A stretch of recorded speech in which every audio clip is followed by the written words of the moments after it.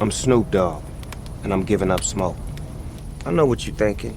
Snoop, smoke is kind of your whole thing. But I'm done with it. I'm done with the coughing and my clothes smelling all funky. I'm going smokeless. Solo stove, fix 5. They took out the smoke. Now you can have a nice blaze without any clouds ruining your day. Go smokeless. Go to solostove.com. Tell them Big Snoop Dogg sent you. Have you been in an accident that wasn't your fault? Feeling overwhelmed and unsure what to do next? Look no further. The personal injury attorneys at Phillips Law Firm are here to help. Phillips Law Firm understands that accidents can turn your life upside down. That's why they're dedicated to fighting for the compensation you deserve and to making the process as stress-free as possible. Don't wait any longer. Call now, 1-800-JUSTICE, or visit justiceforyou.com. Your home is going into foreclosure and you feel like a financial wreck. You don't know where to turn for accurate information. I'm bankruptcy attorney Travis Gagne. Let's talk about some legal options. If we work quickly, we can propose a plan to save your home, modify the loan, or in many cases even eliminate your second mortgage. The consultation is free. I've helped hundreds of people just like you make informed decisions about whether to save their home or exit it on a reasonable, organized timeline. The chapter you choose sets the tone for the next chapter of your life. Please contact me today at choosetherightchapter.com. That's choosetherightchapter.com. 99.9 KISW, The Rock of Seattle. Well, you know this kid does a lot of flying. And a flight attendant just posted a video that's going viral. You can get this on the BJ and Migs page of KISW.com. You're not an MVP anymore, though, right? I'm an MVP. I'm just not an MVP gold. Yeah. Oh. He just got that gold swagger like I do. Right. He's MVP silver. Yeah. Well, not even. MVP cardboard. Maybe he's MVP old because he doesn't have the G I see what on you it. did there. He's Yeah. 10 year old. Yeah. Okay. How's it feel, man, not being as It does suck. Danny? I used to be able to go to. I used to be Group A. Now I'm Group B. It sucks. Yeah. And I actually didn't have a place to put my overhead because I was Group B last time when I flew back. Ooh, and you don't get chocolate. Yeah, no chocolate for you. Nothing. I know. I get nothing. Mm-hmm. You know, they give you a free drink, but I don't. You know, I don't drink. And on certain times, I don't drink. So it's like I really go. I'm getting nothing. I try to work out a deal. You go, hey, look, I don't get it. I'm not getting a free drink, but what about one of those J. Coco bars? Right. Hey, don't give me any vodka, but give me some of that J. Coco. I'm sorry, sir, but no. It's funny, actually. I've heard people get angry about those chocolates on the flight, and it's just like, can I give mine to this person? And they're like, no. What a weird thing that's like status. Gatekeeping, man. Right? It's like all of a sudden like J. Coco's like diamonds on the planes. Yeah. Yeah, and I don't want to get bad treatment, and so I don't argue. But it's like, why is the J. Coco candy bar worth more than like alcohol? I think alcohol is like a very prized possession on the plane, but no, these J. Cocos are gold. No, they're like Oprah with the alcohal. You get some alcohol. Yeah, right. You get some alcohol. Your friend in the back? Oh, yeah, we'll give him a Bloody Mary. No problem. Yeah. You want J. Coco? Get off the plane. But I'm working my way back towards it now that we're back to full flying mode. Oh yeah, I think Danny and Danny's got some situations where he won't be flying as much, so I will be able to probably next year at this time give Danny the same disdained look he's given me. That's fine. I don't need the chocolate anyway. I'm certain I'll never even be anywhere near an MVP status. I fly like once a year. Oh yeah. Yeah. It was actually really weird for me when I started flying a lot of being like, what? This is a thing? Like, oh, I feel important now. Oh yeah, buddy. That's why I was so sad I lost it. Yeah. But the debate that's been going on, if you're a flyer, is that middle seat. And so here it is. Should they or should they not get both armrests, the middle seat person? That's the question that's asked. And this flight attendant's finally answering that. If you are sitting in the middle, you get both armrests. Don't be that person who's sitting at the window, who gets the window plus this outer armrest and then takes the middle armrest. Middle gets middle armrest. If you're sitting at the window, you get to control the window panel. If you're not, unfortunately you don't. They get to say. You can ask nicely, but if they don't want to, they don't have to. If it's not takeoff or landing, you get to put your chair back. You paid for that seat. Airlines design it so you can lay your chair back, put your chair back so you're more comfortable. Yeah, screw you, person behind me. Screw you, person in front of me. But you know what? Screw you, person trying to open up that window when I want it closed and I have the window seat. Now I know. Yeah. Oh, I have the power now. You do. Until that flight attendant tells us completely different information. I can't imagine that there's like a set rule. Let me look at my handbook, sir. Well, it shows here on page 5 of our handbook that you don't have power over the window. The only time I get upset about the window is when the sun is right there and it's just blasting your face. And it's like, dude, can you, because it makes it's right in your eyes, and I don't have a pair of sunglasses or a cap. It's like, I really wish they would hey, let's put this down so it doesn't blast me in the face. That's why I have it down. I want to sleep, so I don't want the sun to wake. But so it's like when someone wants it open, I'm like, oh, what are you for? You need to watch the plane take off? Okay, cool. Boy, you know what? I am going to say that next time to somebody. Are you for? Are you for? Put that damn thing down. Oh, I didn't realize you're 4 years old. Oh, Yeah. okay. Oh, Would you like some wings as well, sir? There you go. Yeah, actually, yes. Yeah. So, if you are not MVP Gold like Danny, maybe you'd like to get some special treatment on your next flight. Yes. And here's how she is telling that you can do that. Being a flight attendant is exhausting. You're always in different time zones, waking up crazy hours, and dealing with angry customers. So I promise you, the next time you fly, if you want special treatment from the flight attendants, this is all you have to do. $5 Starbucks gift cards. It means the world to us when a customer gives us this. And if you don't have gift cards, you can just pick up some candy bars, lip balm, anything, and give them to your flight attendants. We will know where you're sitting, and we will know what you look like, and the whole crew will make sure you are taken care of. Dude, I've seen this happen so many times. Really? Oh my gosh. There's so many times that people will bring donuts or stop by Starbucks and get $5, and they're like, how many of you are on the plane? I've seen it in the past 2 years. Yeah, I was going to say within like the last year or so, it was when I first started noticing or hearing about people giving gift cards. And I'm like, we're giving gift cards now to flight attendants? Yep. I mean, bribery and sucking up has always been a thing. It's true. Anywhere you are. Why am I going to bring them chocolate when they have the chocolate on the plane? Maybe that's how I get the chocolate. So that's the deal. Just a $5 gift card. It's all I need. Yeah, and there's only because it's one drink, and so it's like I think there's 4 on most airlines because there's 2 in the back and 2 in the front. So it's like $20. Oh, so you got to take care of all of them. Oh yeah, you can't just take care of one, man. Well, what about the one that serves me? I feel like if I just take care of the one that serves me, isn't there usually 2 that serve you though? Because they get the two cart going. Oh yeah, it depends. I'm asleep. I don't never know. Yeah. And then at that point, do you take care of the pilot or do you? Yeah, I thought they take care of the pilot. Hey. Yeah, well, So what? I could get one gift card, like a $5 Starbucks card, and be like, "Here, this is for all you ladies. Just figure that share out. it amongst yourselves. Figure it out. Split it up. BJ and Migs, mornings on The Rock, 99.9 KISW. I'm Snoop Dogg, and I'm giving up smoke. I know what you're thinking. Snoop, smoke is kind of your whole thing. But I'm done with it. I'm done with the coughing and my clothes smelling all funky. I'm going smokeless. Solo stove, fix 5. They took out the smoke. Now you can have a nice blaze without any clouds ruining your day. Go smokeless. Go to solostove.com. Tell them Big Snoop Dogg sent you. Have you or a loved one been injured in an accident? Are you struggling to recover fair compensation? Look no further. At Phillips Law Firm, the experienced personal injury attorneys will fight for your rights and get you the justice and compensation you deserve. They handle a wide range of cases, including car accidents, slip and falls, medical malpractice, and workplace injuries. Justice is a phone call away, so don't wait. Call today for a free case review. Call 1-800-JUSTICE or visit justiceforyou.com. Lovers, your local lingerie and adult store has gifts of pleasure for partners who know it's nice to be naughty. Turn up the heat this holiday when you shop at any Lovers store. Let our knowledgeable team help you select the best pleasure presents and save 20% on your purchase with Lovers Afterglow rewards. Just mention Love 20 at one of our 18 Western Washington locations. Offer valid with free Lovers Afterglow rewards membership until December 31st. Some exclusions apply.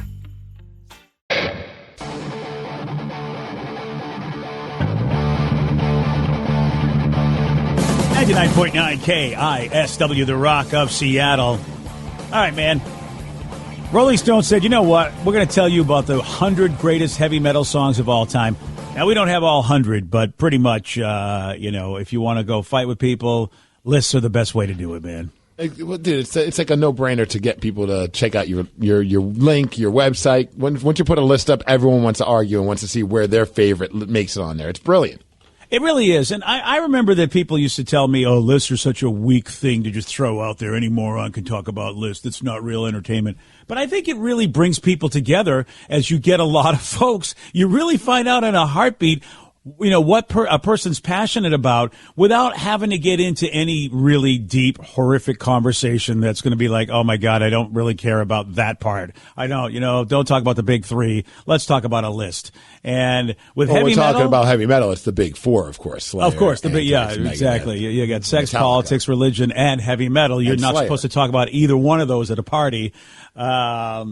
The list is fun, though. I'm looking at the top 100, and there's some songs I forgot about. I never get too worked up about, like, what's number one, how mad am I going to be about it, unless it's, like, something super ridiculous. But for me, it's just fun to be like, I forgot about that band. I forgot about that song. I should go check, like number 89 is Suicidal Tendencies. I'm like, I haven't listened to them in forever, and I'll probably end up listening to them today at the gym. Nice. Now, Steve, do you know what they qualify? Because a lot of times when these lists are put together, they're based on a lot of things. And did Rolling Stone say, is it based on sales or just based on what people think is quality or just popularity?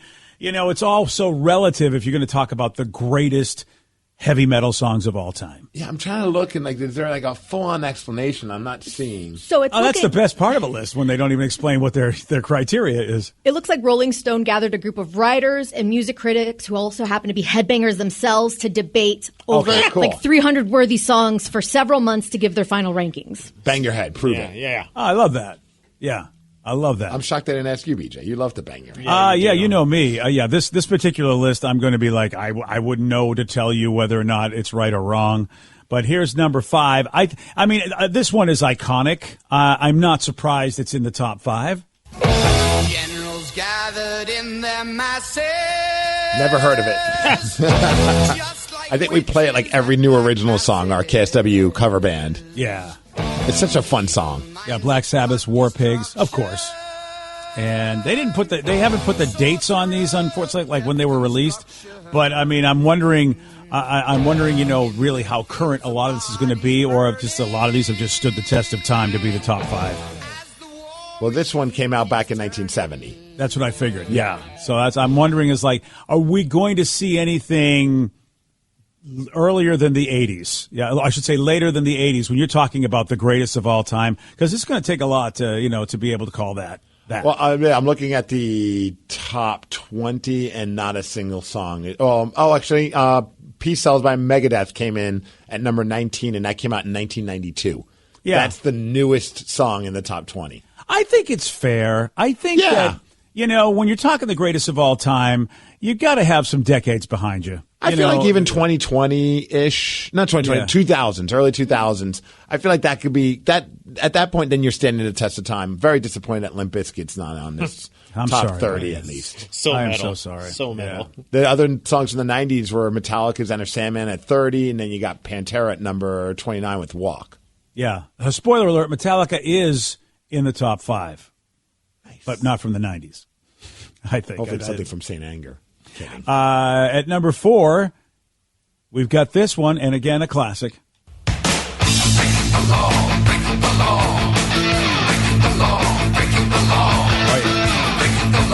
Beavis and Butthead made this song famous. Okay. Yeah. Judas Priest, baby. Oh, man, that's not my favorite Judas Priest song, though. I don't know. I'm with you. It's not mine either. But a lot of people love it, I guess. Oh, yeah. I think it's their most iconic. And if it, obviously if you're at a concert and they start playing that, I'm going to be pretty fired up. Sure. But I love Painkiller. That was always my favorite of theirs. And it wasn't like one of their older ones. It was kind of like, I don't know, maybe 90s. So it wasn't like part of their iconic albums. But I just always thought that was such a badass song, and the drumming on it's phenomenal. We're talking about the 100 greatest heavy metal songs of all time, as voted by Rolling Stone. Vicky, you'll be happy. You're one of your favorite bands, Evanescence, is at number 43 with "Bring Me to Life." That counts as metal? Okay, I'll take it. See, that guy goes, way up. It's very metal. Yeah, it confuses me, I have to say. But yeah, I suppose if a band is not known for being heavy metal but has a song that is, or at least has some elements, I guess it counts. Well, yeah, I think I would be okay with it. I wouldn't be mad that because metal kind of has a pretty broad range of stuff as long as it's rock. So you're saying my Collective Soul has a shot? No, I have yet to see Collective Soul in here. Thankfully, come on, man. I've only made it to the 50 or so, but I'm very happy to see that they're not in it. This is really sad. All right, fine. How about this one, number 3? If you like to gamble, I tell you, have your man. You win some, lose some, it's all the same to me. I don't know. See, to me, this song doesn't sound so heavy metal to me. We're going to dude, we'll go on and on about semantics about what sounds like heavy metal. This is a metal song. It's punk. It's everything. It's Motorhead. Lemmy's God. He's everything. Yeah. I mean, I'm not saying it's not a good song. Yeah. That's why I'm confused. I don't know. I really don't know what heavy metal is because, yeah, Steve, I would say that's a rock song. And you're right, with a little bit of punk in there. But you know what? I guess this is why no one asked me what my list should be. It's a good song, though. I mean, I don't have a problem with it being in the top 5. Yeah. I mean, because they have, like, Tools in this. I mean, there's bands that, like, I wouldn't necessarily, like, maybe don't fall under the heavy metal title. But, you know, growing up, I would watch Headbangers Ball, and that was a heavy metal music video show. Yeah. And there would be a little bit of everything thrown in there, from hair metal to rock to bluesy rock. It was just, if it's loud and had guitars, it was okay to be put in there. All right. Did Slipknot make the list anywhere? They're in it. They're in the top 100. I know. Right. I've seen them in there. So, yes. Danny, they're in it, but they didn't win it. Gotcha. No. That's the problem. Here's number 2, and not surprising, of course.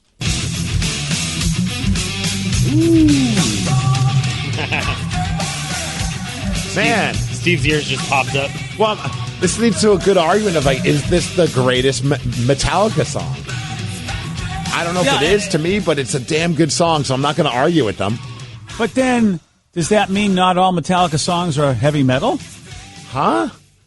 That, you know what I mean? I don't. You're worked up about this heavy metal title. Well, no, I'm following what you're saying, Steve, because I don't think this is the best Metallica song of all time either. Which is, to me, I think that's why it's surprising that this is like they consider the greatest heavy metal song. Though you would be like, and I agree with you that I don't know if it's the greatest Metallica song. Well, that's just my opinion, though. I mean, I'm just my. Well, that's what the whole list is. I mean, really, I know that. I mean, that's why I don't get too worked up about it. That's why I'm saying, like, it's not my pick, but I totally understand why someone will put it there.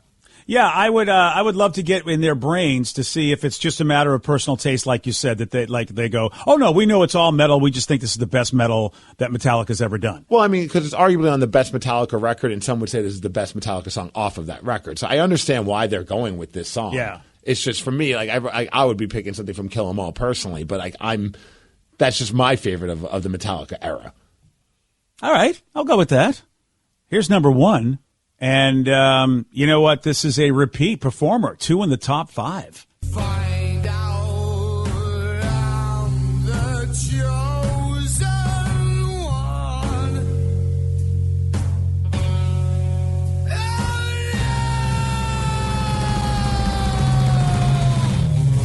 I get why they went with this one, because many believe that this was the song that spawned heavy metal. Interesting. Yeah. I didn't know that. The Black Sabbath by Black Sabbath. Sure. A lot of people feel like this was a song where heavy metal was born. Yeah, you really can't argue with that. You know, you got to go with the origin story. You know, you got to go with what created it all. That to me, not my favorite Black Sabbath song, but I can understand with that logic, Steve, it makes all the sense in the world. I can't argue with that. It's dark as F, though. Like, when you listen to that song, like, you almost like are like, I wouldn't turn the lights off in my house. I'd be afraid like some kind of, it just like conjures up some demon person coming into my house. Like, oh, you rang. I'm like, no, I was just listening to this Black Sabbath song. I didn't realize you were going to come out of nowhere for this. Now, I want to, this is where you look, and I really I default to you and Danny, and so these are more me asking questions, not that I know what I'm talking about, but for me, I just, where is Welcome to the Jungle? Where is that on? Is it anywhere in the top 20? It's got to be in the top 100. I don't know if I saw in the top 20. Gosh, I feel like, my God, that was an amazing song from an amazing band. Not my favorite Guns N' Roses song, but I could understand why that would be picked over any other Guns N' Roses song for being the best metal. Oh yeah, I would have been okay with that being in the top 5. Mm-hmm. Yeah, I'm shocked that it's not in the top 5, but I'm hoping it's in the top 10 because I personally, I like it better than some of the ones that are in the top 5. Yeah, I don't think it's in the top 10. Wow. Yeah. Yeah, I'm shocked. I don't even know if it's in the top 20, to be honest with you. Wow, Not really? That I would lie to you about it. There's another Black Sabbath song in the top 20 with Paranoid, number 13. I'm very happy that Living Colour's Cult of Personality is at number 12. That's a great one. Metallica's One is at 11. Maiden's in there at number 10. Yeah, Dio at number 9. Slayer at number 8. Is GNR anywhere on that list? Another Black Sabbath song at number 7 with Iron Man. Then Ozzy just owns this list. Yeah. Because then there's Crazy Train from Ozzy Osbourne. I'm starting to think that they actually, these people that put it together had a particular definition of heavy metal, and I think they may have thought some bands don't qualify. I don't agree with that, because then Evanescence wouldn't have been on this list. Yeah. That's a good point. I don't know what that's about. But they can't be on the list and not GNR. If Evanescence is there and not GNR, then I don't know anything. I mean, it's bound. I mean, there's a chance of them just not. It's just nobody brought it up, and it was just not. It was not part of the list. I mean, as silly as that sounds, but like you're picking like 100 songs out of a crap ton. I agree that seems crazy that you would forget a Guns N' Roses song. Damn. Unless they just hate Guns N' Roses. They picked the wrong group of people, and all of them hate Guns N' Roses. And would you call Kiss? I mean, is Kiss on the list anywhere? Man, I'm not positive, just because the way that they set up this list thing, it's just a pain to go through. But I have not seen a Kiss song in here yet. Yeah, me either. No. Wow. And I mean, that's a heavy metal performance. Yeah. You know what I mean? I mean, those guys changed, I think, the way performances looked. And I mean, if that's not a heavy metal performance, especially back when they were doing what they were doing in the 70s, I don't know what is. It's funny because some people will argue like Kiss had like definitely a heavy metal look in a sense, but musically they were just more of just a straight up rock band. But yeah. But I mean, I think they should be on this list personally. I mean, Van Halen's on it, so if Van Halen's on this list. What? Yeah. Wow. If the GNR is not on the list and Kiss is not on the list and Van Halen is, that is shocking. Nothing against Van Halen. They're a great band, but I mean. Of course. Yeah. Wow. Yeah. But then they'll pick like random ones. Like, I mean, I've never heard the Cry of Mankind by My Dying Bride. Yeah. I've heard of the band, but I'm not familiar enough to be like, man, yeah, these guys should be in there. Rolling Stones, they're genius. They just go, can you put out a list that's going to piss off people so people will talk about this? I wonder if they do think like that. Like, hey, let's leave out a certain artist. Yeah. Oh, for sure. Just to mess with everybody. Yeah. It's Guns N' Roses. There. Yeah, really. Queensryche's got a couple of appearances, so shout out to them. Soundgarden's got a couple of appearances. That's pretty cool. Motley Crue. Melvin's. I'm seeing some good Northwest representation in here. Wow. You know what? Maybe I'm not as familiar with Soundgarden as I should be, but I guess that's one that I'm like, oh, that's interesting. I guess. Oh, some of their earlier stuff, especially, it was pretty. Okay. Yeah, I can understand it, and also their later stuff as well. But like some of their growing up, they were a fixture on Headbangers Ball. Oh, you know what? I guess I didn't realize that. I lumped them together with the Seattle Sound. So that okay. But then again, you can be fusion. You can have elements of both. That's for sure. It is funny. I've yet to see. Yeah, there's not a Guns N' Roses song on here, but there's like possibly 10 Black Sabbath / Ozzy songs on this list. Yeah, which makes it even more incredible that they couldn't be like, you know what? Let's leave out one of the Sabbath songs and put a Guns N' Roses song in here. Today's podcast was brought to you by Travis Gagne, bankruptcy attorney. He's here right now and has agreed to answer more of your questions about bankruptcy. What's the difference between filing for bankruptcy and credit counseling? Credit counseling is a useful process in some circumstances, but it does show up on your credit. In fact, from a credit scoring standpoint, credit counseling shows up just like a bankruptcy, so it's going to affect your credit as negatively as filing bankruptcy. In credit counseling, the idea is that a credit counselor works with your creditors on your behalf to try to lower interest rates or work out payment plans with your creditors to pay back your debt over time. In credit counseling, you almost always pay back 100% of the debt, sometimes at lower interest. And of course, some creditors will participate in that process and some won't. So you're usually left with kind of a mixed result with credit counseling and, of course, a high payment. Thanks, Travis. If you have more questions about bankruptcy, you can reach out to Travis anytime at ChooseTheRightChapter.com. That's ChooseTheRightChapter.com. Thanks for listening. I'm Snoop Dogg, and I'm giving up smoke. I know what you're thinking. Snoop, smoke is kind of your whole thing. But I'm done with it. I'm done with the coughing and my clothes smelling all funky. I'm going smokeless. Solo stove, fix 5. They took out the smoke. Now you can have a nice blaze without any clouds ruining your day. Go smokeless. Go to solostove.com. Tell them Big Snoop Dogg sent you. Are you dealing with a personal injury? Don't go it alone. Turn to the experienced team at Phillips Law Firm. Their attorneys have helped thousands of clients get the compensation they deserve. Call Phillips Law Firm now. Call 1-800-JUSTICE or visit justiceforyou.com. Lovers, your local lingerie and adult store has gifts of pleasure for partners who know it's nice to be naughty. Turn up the heat this holiday when you shop at any Lovers store. Let our knowledgeable team help you select the best pleasure presents and save 20% on your purchase with Lovers Afterglow rewards. Just mention Love 20 at one of our 18 Western Washington locations. Offer valid with free Lovers Afterglow rewards membership until December 31st. Some exclusions apply.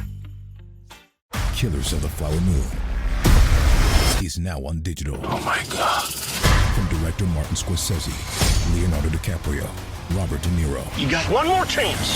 I'm coming after you, son. Killers of the Flower Moon. Buy it now on digital. I'm Snoop Dogg, and I'm giving up smoke.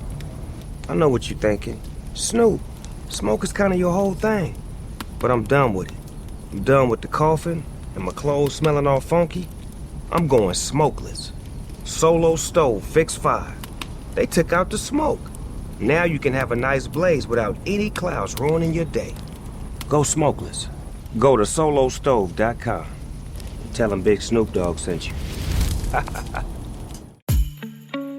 Lovers, your local lingerie and adult store has gifts of pleasure for partners who know it's nice to be naughty. Turn up the heat this holiday when you shop at any Lovers store. Let our knowledgeable team help you select the best pleasure presents and save 20% on your purchase with Lovers Afterglow rewards. Just mention Love 20 at one of our 18 Western Washington locations. Offer valid with free Lovers Afterglow rewards membership until December 31st. Some exclusions apply.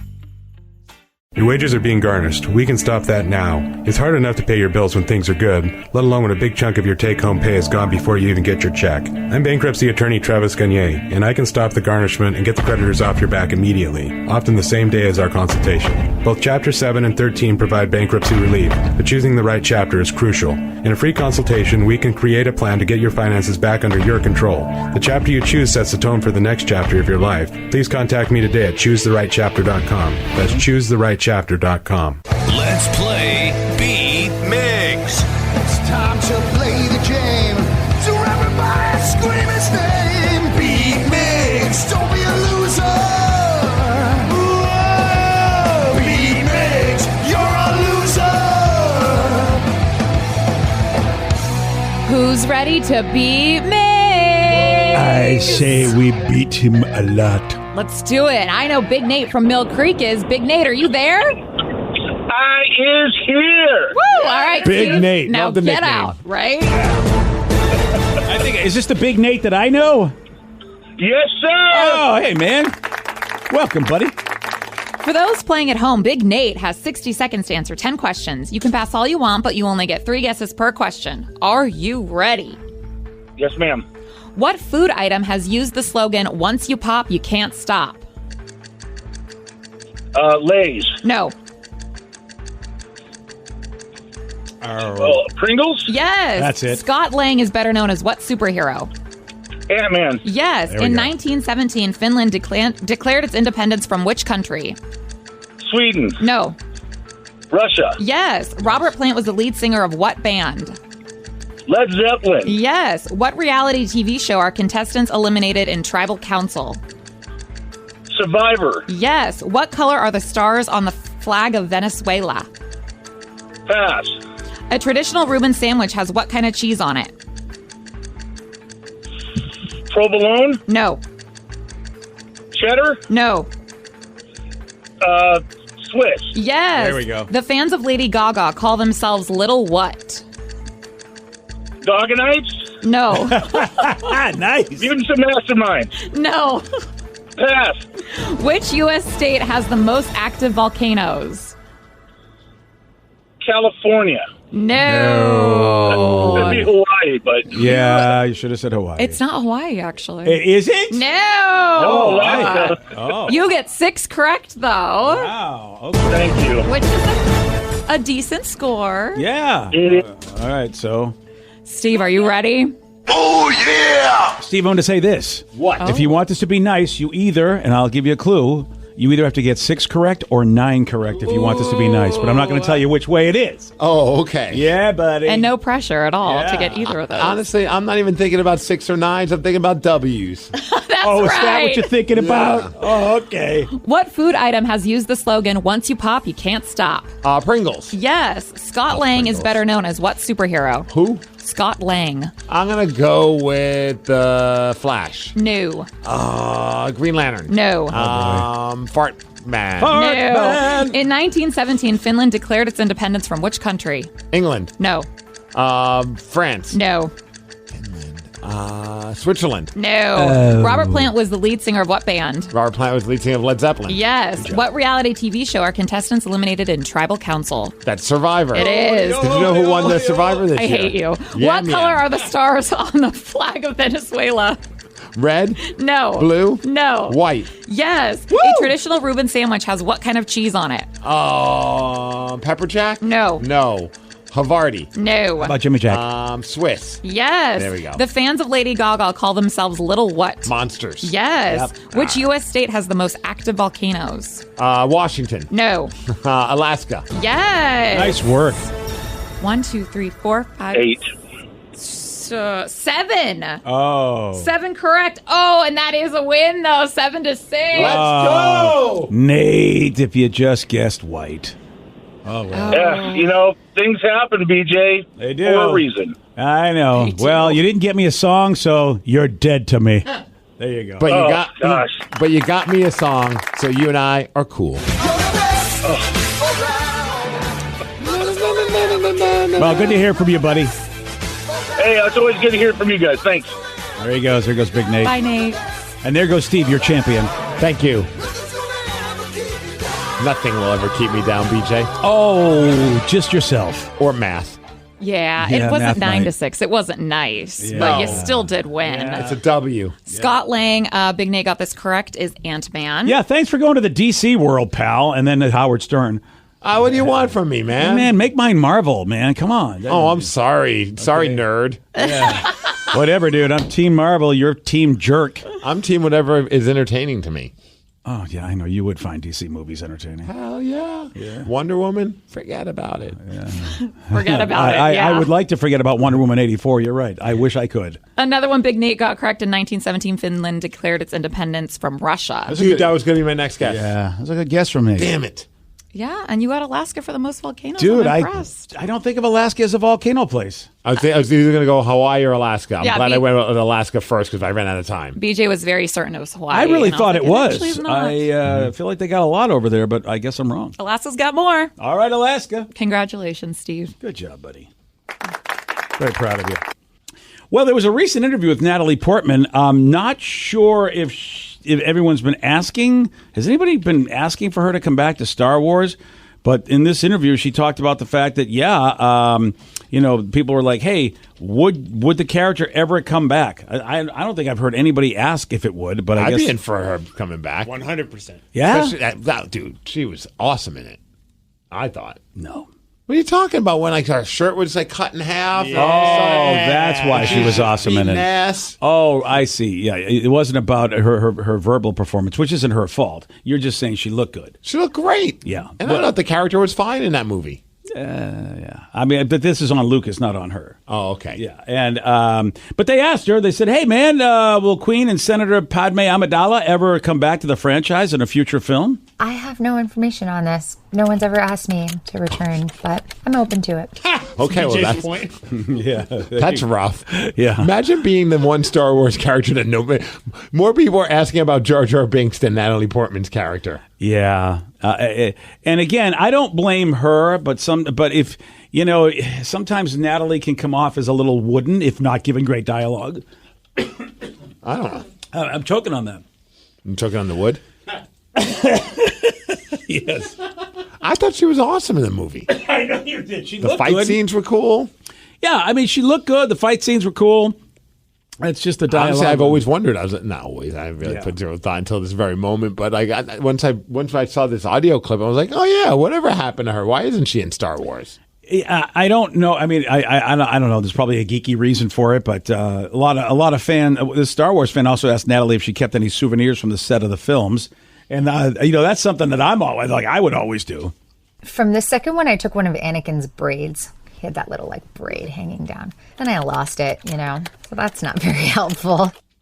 That's an odd thing to take. Remember when he was like, in the movie where he was he was a Padawan training? Yes. And he had that little ponytail thing? I forgot about the braid. That is she kept the braid? That's a weird thing to keep. Can I keep your hair? Yeah. All right. Sure, Natalie. We're never inviting you back. Yeah, that's very weirdo. Bizarre. Yeah. Well, there you go. What's one item from Star Wars that you wish you could have? Oh. Besides the braid, of course. Yeah. I mean, the braid is already gone. I mean, is it obvious to say you want one of the lightsabers? Is that too obvo? That's not even what I would think to take. Yeah, I think I would. I probably would want the. I think I would want Luke's his new lightsaber, the one that he made himself. Okay, I think that'd be kind of cool. I think I would want to go with Boba Fett's helmet.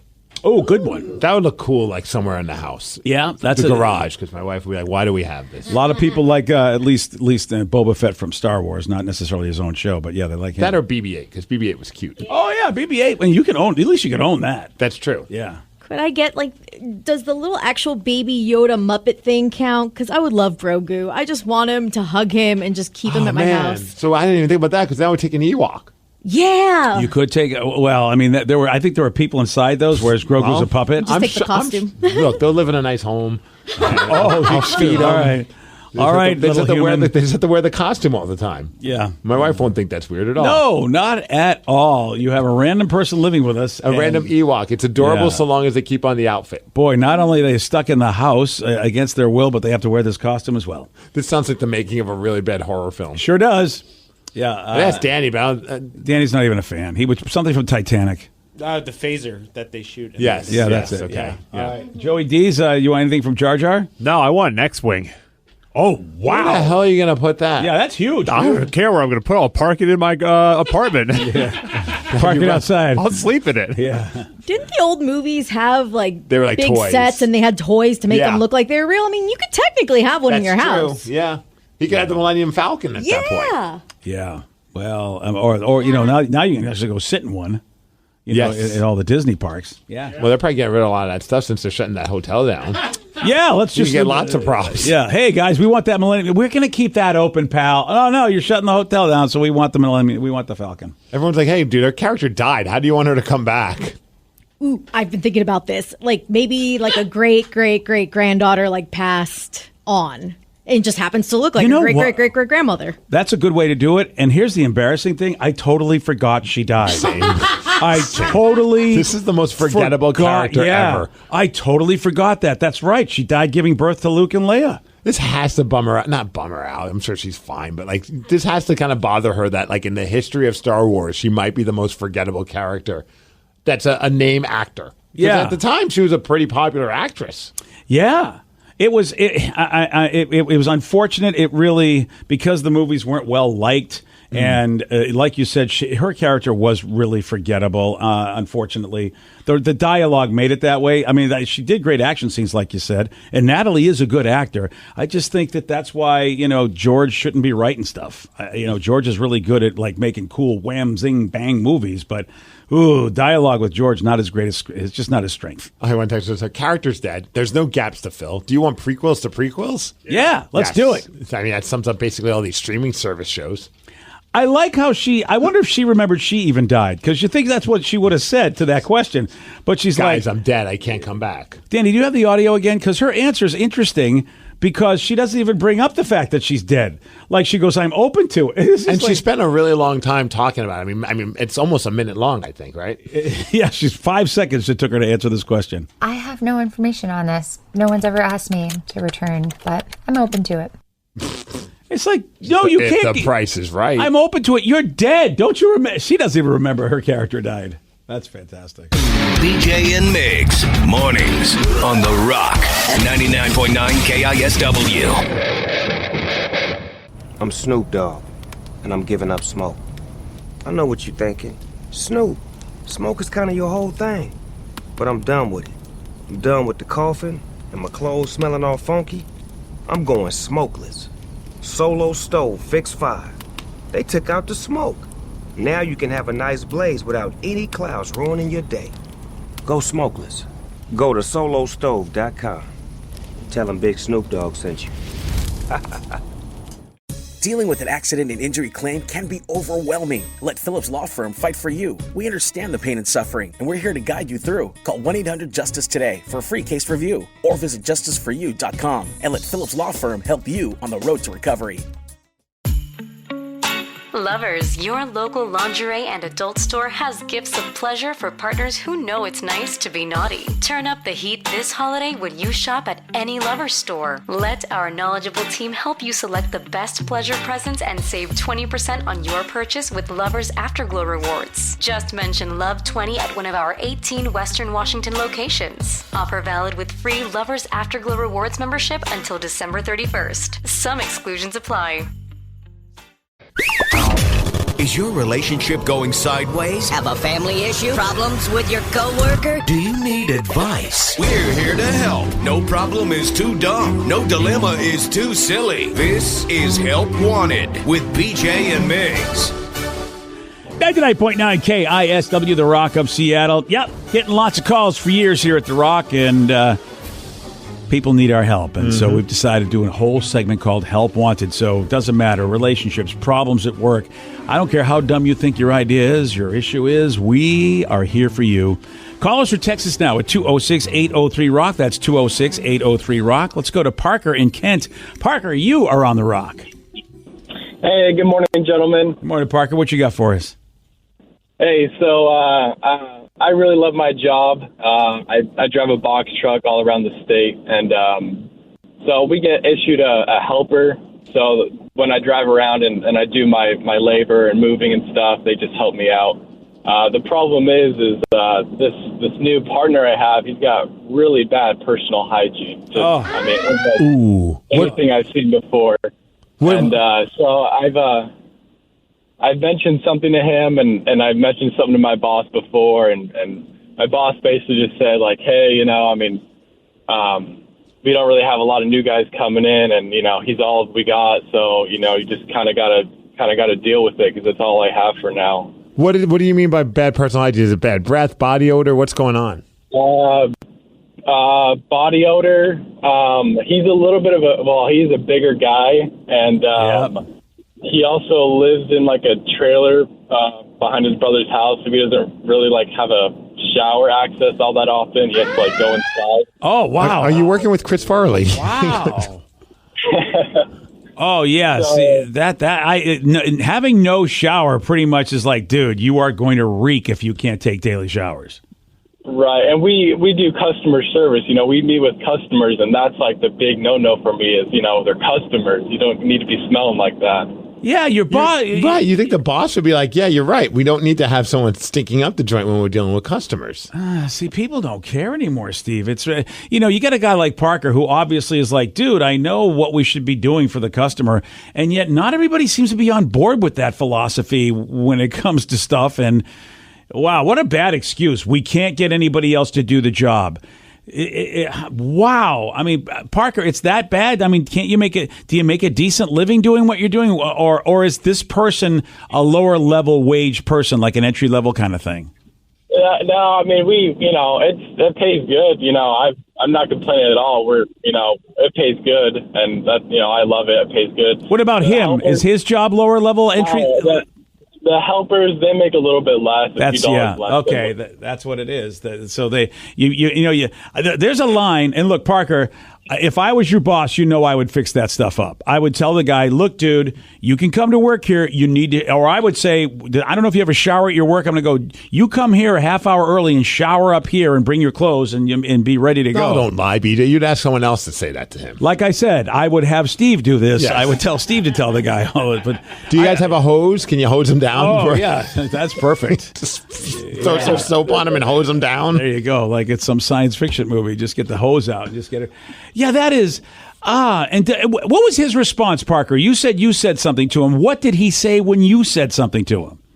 He said that, so we drive the truck, so we kind of do we get off pretty late. And so when he gets off that late, I guess his brother like locks the door to the house so he can't go in and take a shower. So the next day he just comes in just smelling really horrible. And when he comes out of the restroom, that's when the real funky smells come out. Oh, you mean like he's got restroom smells? Oh, yeah, absolutely. No. What, like farty kind of smells, or he just was like in there for so long that he built up a good sweat? Like, I mean, it was like the back, his body. Wow. This guy sounds like he just got to have like a whole like retraining on how to clean himself. Parker, I'm so sorry because I haven't. My nose is extra sensitive as opposed to others, and that sucks, dude. I think I'd have to. I don't know. I don't think I could stay there. I think I would be like, I got to go find another job. I just can't do this. Or can they assign him to someone else? Yeah, he said there's nobody else, right? Aye. Well, we have other drivers, but I mean, like, you know, I'm really good at what I do, so I kind of do those bigger jobs, and I need the help for that. Yeah, so and there you go. Yeah, dude, Parker, the only thing I would tell you is you might have to find another job so that you can go into your boss and go, look, I'm going to leave. If he's more important to you than me, then I'm going to leave. You know, I just can't stand Smelly McGee, which I can't believe your boss doesn't do something about it and say, look, dude, or come up with a solution and let the guy find a place to shower. I mean, that's the way you fix it. Then it's like, dude, here's a place to go shower. Right? I mean, have him join a gym. Something. Like Planet Fitness, like $10 a month. Yeah, something to be able to get Stinky McGee out of the customers. He doesn't even have to work out. Just go in there, take a shower, and get out again. He can even tan if he wants. He can look good. Yeah, and look, I mean, I appreciate it. Now, I don't want to be super judgmental because I know it's not easy for people to get places. But like, this guy can't afford a place that has his own running water. That's the story, I guess. Right? Yeah. I mean, is that on the guy that's not making enough, or is he just lazy and doesn't want to go get a place? Yeah, this is tough to call because I know things are expensive. That's such a weird dynamic that like, my brother won't let me come into the house to take a shower if it's after a certain time. Like, you think you'd have that conversation with your own brother and be like, look, I got to get in there to take a shower. Can I come in at least first thing in the morning? I wonder if the brother has like a wife. Yeah, and it's sort of kind of like I'll let you stay out here, but there's a certain cutoff. We don't want your stinky ass in our house. Yeah, there's so much. And look, since we're on the subject, I think I'd like to bring something up. Okay, because somebody on this show does really just bother my nose. Oh, really? Yeah. Who is it? Danny is it me? Yeah. Yay! Danny? Yeah. Bad? Yeah. Uh-oh. It's not like he doesn't clean. Right. I clean very well. Thank you. He puts on way too much. He stuff. does load the dude. The I can't be next to him. Yeah, we were doing a video just out there, and he got near me to do something, and I'm like, oh my god, I got to get away. He's going to give me a headache. See, I don't have a very strong sense of smell, so. Now listen, this is an intervention. It's not that he stinks. It's just that he overdoes. And I think a lot of people, you can tell them when it comes to cologne and perfume, you need to just tone it down. Is so anybody how do we else? Fix this? Well, that's why. Is it just me or his best friend Joey D's? Do you notice? Do you smell a lot of cologne on him? This is a twist on Help Wanted. I wasn't expecting. I like it. What, you like it? No, I like it. No, Stanley that said me. that. I like the twist, Steve. Oh, all right. Well, I just figured this is the perfect opportunity. Joe, what do you think? Danny came in to give me a hug on the last break, and I didn't smell anything out of the ordinary. Amazing. Oh, God. Vicky, you're a person that has like an olfactory Vicky, go over there, system. smell him. Go smell him. Okay. Yeah, I mean, go over there and smell Danny. Isn't it too much? I mean, doesn't he have too much? Is it just me? She's sniffing. What? She's sniffing. I mean, I could smell the cologne, but it's not. Oh, it's me then. Do you not like the cologne, maybe? I don't know, dude. It's just... I put one spray on every morning. It's amazing. Yeah, wow, it smells Vicky, like Danny. Vicky, I don't smell you. Do you put anything on? No, just deodorant because I know it bugs you. Oh, thanks. That's very nice of you. Could you go a day without cologne and let's see what happens? Danny, can you do a day without cologne just to see what happens? Sure. And I usually only do it every day I shower, which is not every day. So you're welcome. See, I never noticed you. Hold on a second. You're not showering every day? I mean, it depends on the day. Well, But don't you work out every day? Yeah, but I usually shower like at night. So it's like I consider like 24 hours not showering every day. You know what I mean? Huh? It's like I'll shower at night and then I won't shower like the next day and I'll shower in the morning. So it's like over 24 hours. But, all right. Oh, so you go a whole day? Yeah, especially if I don't go to the gym. Oh, I'd hope. Yeah. Well, look, I'm not going to talk about that because they're saying we shower too much as people anyway. Right. Yeah, no, you're not like going go crazy sweating. I don't go like 3 days. So you only without. put cologne on after you shower? Yeah. I would think you'd put the cologne on when you haven't showered. Well, don't you? That's when because you probably could stink then. When you wash yourself up, you're probably fine, right? Let's get Sarah in here because I want to know. Like again, like I don't really Sarah, smell come on all in, that. smell well. Danny. Like sometimes I'll notice like a scent, and I'm not a cologne guy, so I'm not really like. It's not like I'm anti, but like I personally don't like cologne. I'm more of a Fresh Blast. Yeah, you are. Arctic Wave. You've or always whatever, been a Fresh Blast. Whatever these deodorant scents are. Yeah. Oh, hey, Sarah. All right, Can you so can you smell too much? No, she's right near you. Damn, dude, it's my nose. I mean, I smell him. I smell him right now. What? Over here. Wow. No, it's not like too much. So it's just me. I'm like a dog with just the you. like. Well, I can't help my own nose. What do you want me to do? I have our production manager who compliments me almost daily, telling me how great I smell. And That's I'm like, so. Is that a thank backhanded you. compliment? Is he saying that, but really he's just like, yeah, you stink. It's usually when we're peeing, so I don't really know. Okay. Okay. See, if somebody can smell you while they're like, I don't think people should be able to smell you unless they're right up on you. He wants to smell the pee instead of me. But you can smell him. Oh, I could smell. I'll tell you right now. We could do a blind test and have people just walk by me, and I'll tell you when Danny's walking by. You'll know when Danny walks by. Yeah. Oh, I want to play this game. Yeah. Oh, dude. You don't even bother. I mean, my head is already sort of like. That's why it's like, Danny, I got to do something. Okay, so what if he tries no cologne? Well, he usually does. That's why. Do you wash your clothes every time? Yeah, I mean, I wash them once a week, and I don't ever wear the same clothes over. I would say, like, when you spray the cologne on, do you then wash them before you spray? Oh, cologne? yeah. Okay. Yeah. So that's what it's. That's why it's an intermittent problem with Danny. Now I know why. It's like it's not all the time with him, but there are times where Danny wants to. I'm like, you need to sit over there. I gotta. There's another topic. Why is Danny going and giving Joe hugs during the breaks? Oh, I always give Joe hugs. Danny he's way too huggy. Yeah. He really is. Joe needs some motivation sometimes in between breaks. And a good hug gets him going? Oh, yeah. I never need a good hug. And I want you to know that, and HR is listening. I've never given you a hug. Good. You've done one time. It was on a video, and I was very uncomfortable. That's true. Well, because you haven't been able to get that stench off of you now. Oh, dude, it's serious. Dude, that's what, good job. And maybe it's just the cologne. Maybe Danny wears cheap cologne. What is the cologne brand? I wear Tommy Hilfiger. Oh, that shouldn't be cheap. Tommy's not cheap. It's not. Yeah. Oh, just too much. So what? When are we going to do this now? When is he not going to wear the cologne? Whenever he doesn't shower, like he showered today, so he won't shower tomorrow, right? I will shower tomorrow morning, and I will not put on cologne. Oh, all right, and let's see how it goes. And then he has to sit on your lap. No. Okay, I'm just throwing out ideas. Man. I know you are, and they're not good, like most of your ideas. I've been told that no idea is a bad idea. Yes, and the person that told you that was a bad idea. All right, fine. And we've had the conversation before. The reason that I started wearing cologne in general was because I know my own body scent was not nice. So I feel like if I didn't do it, I feel like BJ. Do you use deodorant? Yeah. Who told you your body scent wasn't nice? Myself when I was in middle school, and I realized, wow, I am not a good smelling person when Maybe I sweat. over the years, maybe your body has changed. Yeah, I mean, you are going through hormones and stuff. Maybe. Still? I got to tell you, well, yeah, I mean, I don't like when I go to the gym, I'll tell you that much. Well, that's Oh, interesting. you can smell yourself. Oh, yeah. Really? It's not good. You don't like the smell of yourself? At all. That is so weird. I've never heard of anybody hating their own smell. Yeah, I mean, how about the guys that stink up the joint and don't even know they are? That's true. You know, and here's Danny. He's like, oh, I smell myself and don't like it. You know, I'm wondering if it's your piercings that smell that tells you that you smell bad. Because there was a while I thought I stank, and it turned out it was all my piercings I have. If you move them, they stink. I didn't have piercings in middle school, though. No, I got nothing for Boom. Debunked.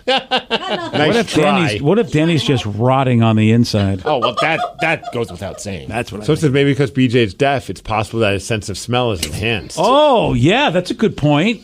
I hadn't thought about that. Like Daredevil, he went blind and everything else just perked up, all those other senses. I could be a superhero, super smell. Oh, we already answered this. What cologne does Danny have? Because I need a good one. That Bath and Body Works crap ain't working.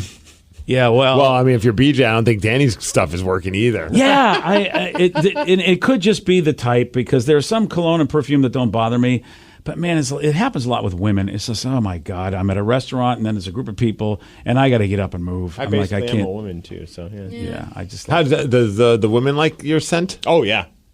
Oh, my girlfriend's always like that's one thing that she's always complimented me on is that I always smell good. Nice. Yeah, she's high. Well, that's not untrue. Yeah. Today's podcast was brought to you by Travis Gagne, bankruptcy attorney. He's here right now and has agreed to answer more of your questions about bankruptcy. Here's another listener question.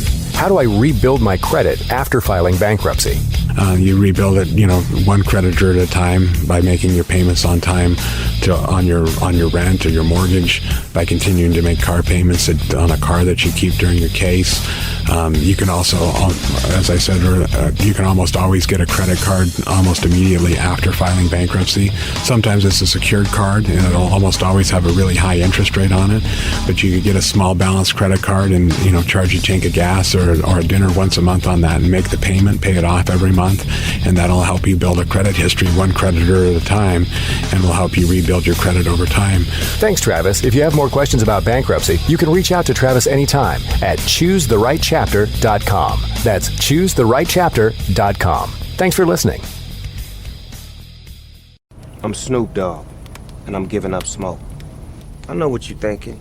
Snoop, smoke is kind of your whole thing. But I'm done with it. I'm done with the coughing and my clothes smelling all funky. I'm going smokeless. Solo stove, fix 5. They took out the smoke. Now you can have a nice blaze without any clouds ruining your day.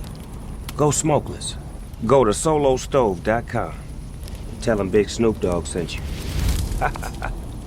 Have you or a loved one been injured in an accident? Are you struggling to recover fair compensation? Look no further. At Phillips Law Firm, the experienced personal injury attorneys will fight for your rights and get you the justice and compensation you deserve. They handle a wide range of cases, including car accidents, slip and falls, medical malpractice, and workplace injuries. Justice is a phone call away, so don't wait. Call today for a free case review. Call 1-800-JUSTICE or visit justiceforyou.com.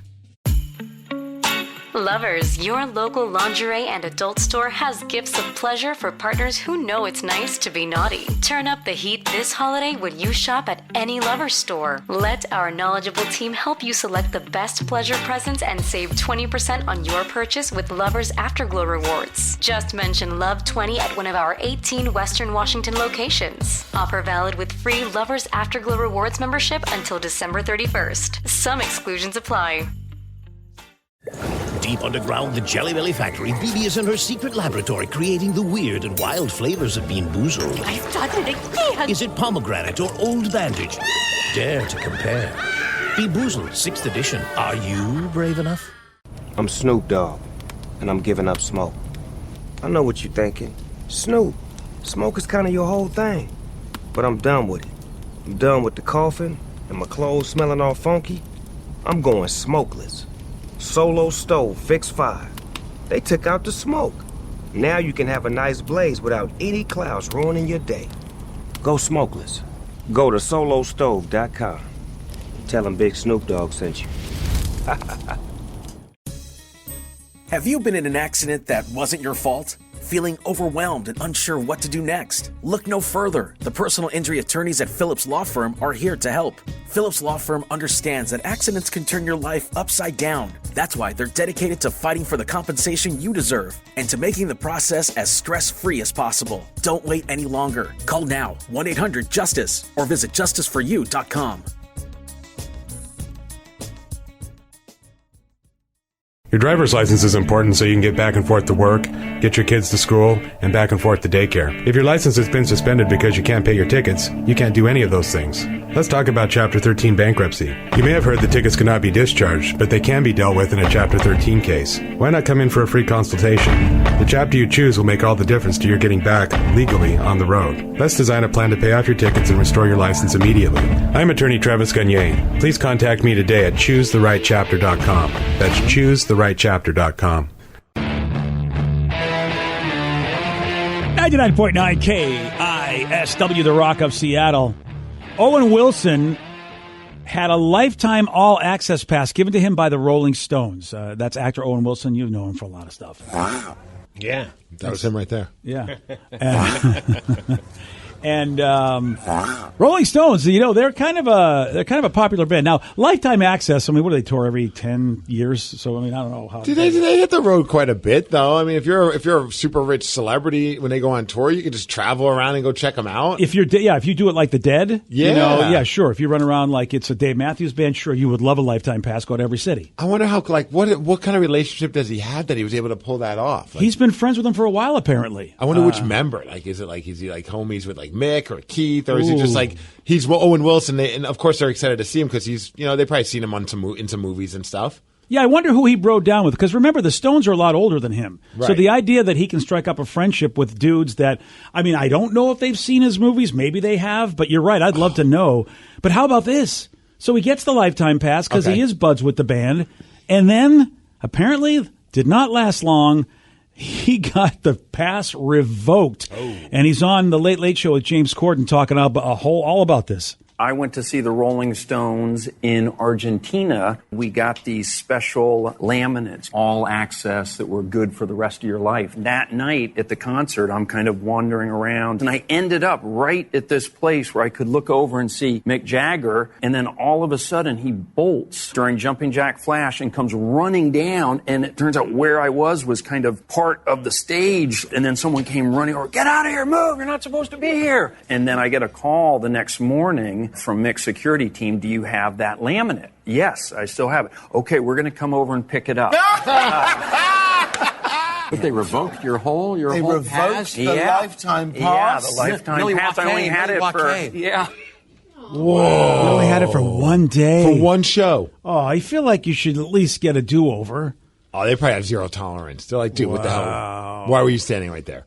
Yeah. Oh, man, dude. Oh. That's crazy. Well, at least you got to enjoy it once, and it makes for a good story. Yeah, sure does. I feel like I would do something like that.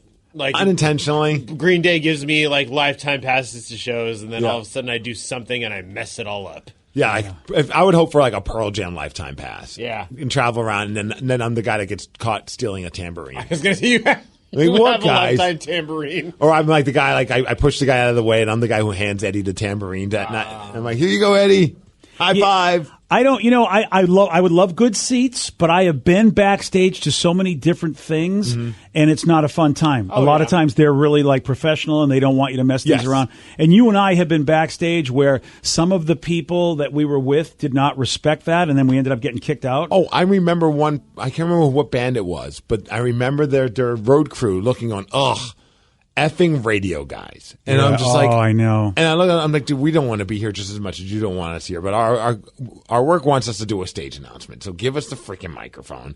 We'll get up there, we'll say our piece, and we'll get the hell out of your way. Like, we're only back here so we could do what we're asked to do, and then we're going to leave you guys alone. We don't think it's cool to be back here. Yeah, it's But if you're Owen Wilson, I bet like everyone's really excited to have Owen Wilson. That's backstage. what I would think. Like if I'm Owen Wilson, like if all of a sudden you probably like, dude, that's Owen Wilson. Hey, come on, here's a guitar pick. So he didn't shed light as to who he was friends with, but I don't think it was Mick. Clearly not. Yeah, because I think Keith. probably Keith. Keith seems like he would be friends with everybody.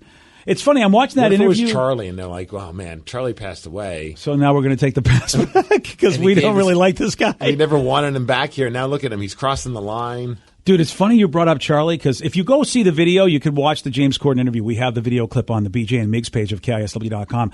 I thought, at first, when I'm watching this video, I thought that there's Owen Wilson next to Charlie Watts. I kind of thought the same thing. And then I realized, wait, Charlie's passed away. And then it's like, oh no, that's Jeff Goldblum. It was Jeff Goldblum. When did Jeff Goldblum turn into Charlie Watts? When did that happen? With his hair, the way that he has his hair styled, it looked just like him. Like it's super gray. Yeah, they have a similar facial structure.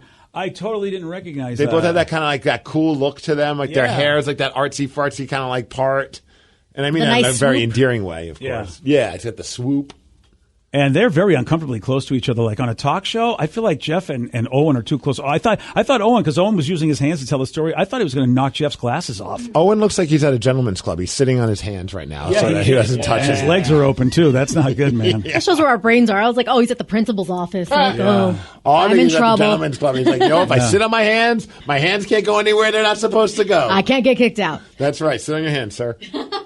And I have to tell you, Jeff Goldblum's a trippy guy. Just to be on the same set or even in an interview with and next to that guy, because even he'll just he goes, "Really, man? Wow, you lost the ticket, eh?" I mean, just that way Jeff is. He has that look to him. All right, so Danny's going with probably Green Day for a lifetime all access pass. Is that what we're thinking? Oh yeah. A Pearl Jam for me, I would imagine, like especially because that band always does different shows in every town that they go in, so that would be a lot of fun to travel. That's funny you say that because most people would think like Offspring for me, but the Offspring they kind of do the same show every single time. Right. Green Day mixed it up. Yeah, So that's why I'm going with Green Day. That's why Pearl Jam and Glorious Sons would be another one too. Like I love the fact that they always change up their sets, and so it makes every show a fun experience. All right, so Vicky, who are you going with? Lifetime backstage pass, don't F it up. Oh, it's going to be In This Moment because they always put on a ridiculous show. Costume changes, like pyrotechnics, amazing dancers with masks, and all this craziness. It is phenomenal. And honestly, I agree. They put on a great show. I wouldn't even abuse the Lifetime pass to like hang out backstage. I would just be in the common area, like the general admission area where you the pit, just to be able to like not have to deal with anything. I could just flash the pass and go wherever I want. But I wouldn't take it. I wouldn't abuse the privilege. Yeah, it depends on whether you're if you really are friends with somebody, that's different because they're happy to see you. Yeah, and you're smart enough to know that they actually are doing a job, and you don't want to get in the way because you get it. You go, hey, good to see you, Jim. We'll talk to you later. That kind of a thing. But yeah, I'm like you. I don't need to be backstage. No, in fact, I prefer not to be. But okay, so for you, BJ, does it have to be music? Because, here's the thing that they do a lot. I'd like to hear your answer. My first thought was, come on, man. Yes, of course it does. But what are you thinking? All right. Well, okay. All right. Musically, I would love to be backstage. God, you know what, dude? The way you talk about the Glorious Sons, though, yeah. I think I would like to be backstage for those guys. But those I would have guys. definitely said Avril Lavigne or my boys Collective Soul. Even though you guys hate them, I still love them. I've had a couple fun experiences with the Glorious Sons backstage where a lot of tequila has been drunk, and Brett, the singer, ends up with like Sharpie on his face, and like it's a very, very fun-loving group of guys. But you know what? We're fortunate because when we do Pain in the Grass, we get to be backstage with so many different bands. And like last year, we were backstage with Thunder P, and I love those. I love those.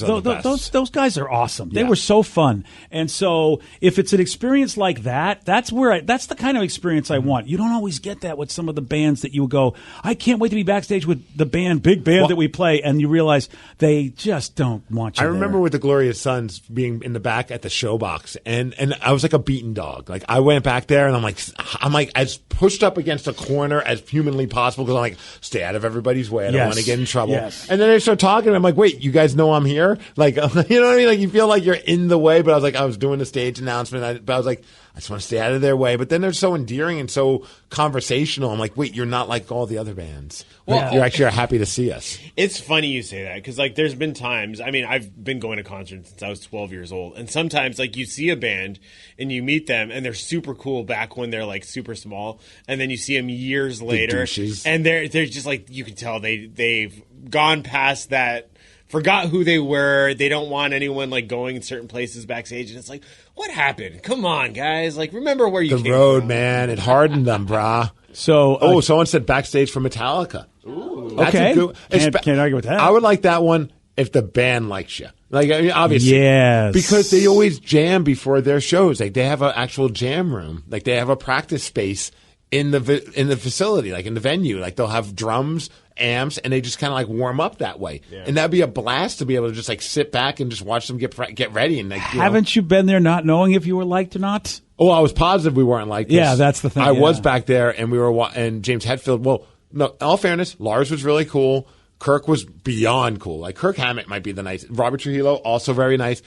And I'm not saying this is a negative thing towards James Hetfield because he's one of my favorite rock stars and still like a bucket list to get like a picture with the guy and talk to him. But he was in the zone, and he walked in, and there were two people in that room that were not in Metallica, and he told us to leave. He's like, "What are you guys doing here? Get out."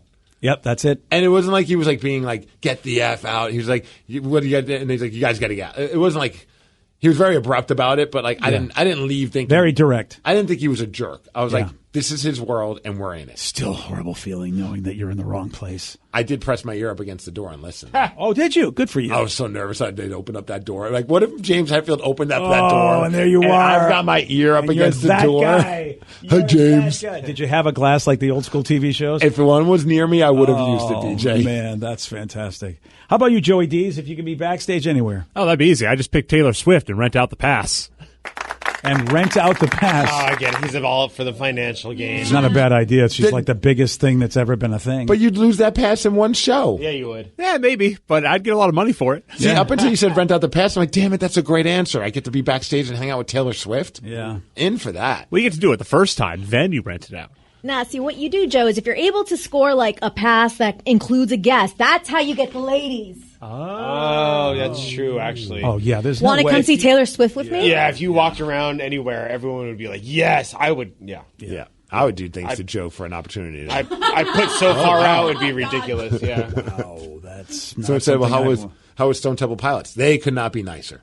They wanted to know how they were backstage. Oh, yeah, dude. I mean, they were. It was almost like it was awesome. It was overwhelmingly nice. Like they were. It was very cool to see a band on that level. Like they've toured a lot, and they don't have to be nice. They couldn't be sweeter to everybody that they had a chance to talk to. Like I saw them taking pictures with everybody, all the radio people, engaging in conversation, and of course, my experience was on another level because I got to play drums that day. But like I watched how they were to everybody else, and it wasn't like they treated me any different because like, oh, he's playing drums, we should be nice to him. Yeah, you know, and our business hasn't done itself any favors. And when I say our business, I'm going to talk about the talent end.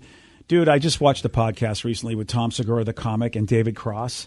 Okay. And, they ripped our business apart because of, you know the kind of people. We go to our conventions, and the kind of people that are just jackasses to everybody in any other industry when they're on the show or they're backstage. Mm-hmm. And it breaks your heart because, you know, it's just professional. If you're a professional, if you just hold yourself as a professional, everybody will like you in every other industry. They'll go, all right, this dude's a professional.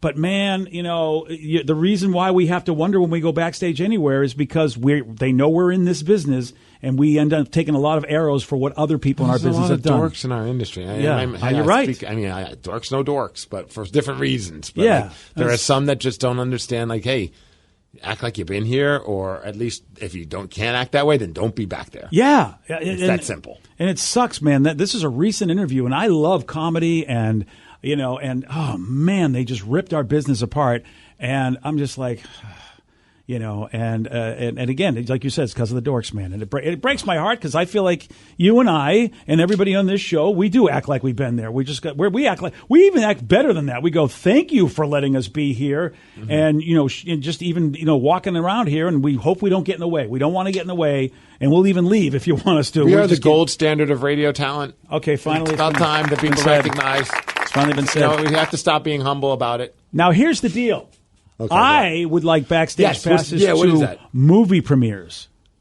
Huh? Oh, dude, whenever they have a movie or a TV show, sometimes they're doing it, they'll have a world premiere where they have a live audience in a theater. Okay. But only select people get to do that. Like, you're the first person to see whatever. And now TV shows are doing it. I was like, why do you want to be in the backstage of a movie? You can't watch the people are there. Like, the people are there. Like the actors, like a red carpet event almost? I got to do that one time for Star Trek II that came out. Okay. And because Simon Pegg, even though you say he's not in front of our show, but I think he is. He's my buddy. I mean, he just acts like he is. But he let me come back there and host the whole thing. And, dude, it's such a great experience because here I am hanging with all of the luminaries of that movie that are going to be out. I also got to do it for Kevin Smith. And Kevin Smith is such a fantastic dude when you're on stage with him or when you're backstage. You know, I'd never met him personally, but Doug we'd had him on the Benson, show. Another guy like that. Exactly. Doug's always great. That's a good guy to bring up. Love to be part of that every time because, man, it is such a fun thing because you know me, I love movies, TV, I love that kind of stuff. I love comedy, so I would love to have a backstage pass to all of those kind of things. Like that's how it was. Like that experience when I got to do with All Elite Wrestling, when I got to be one of the extras and actually have a match. Yeah. I would be okay with never having a match, but just touring with them and being in that back area because they treat everybody like gold, which I thought was really cool to see. Nobody was treated like they didn't make anyone feel that they were beneath them or whatever. Like, but really, at the end of the day, the catering, BJ, is on another level. It was an experience of a lifetime. Like, and they changed it every show because the Seattle catering was different than the Portland catering.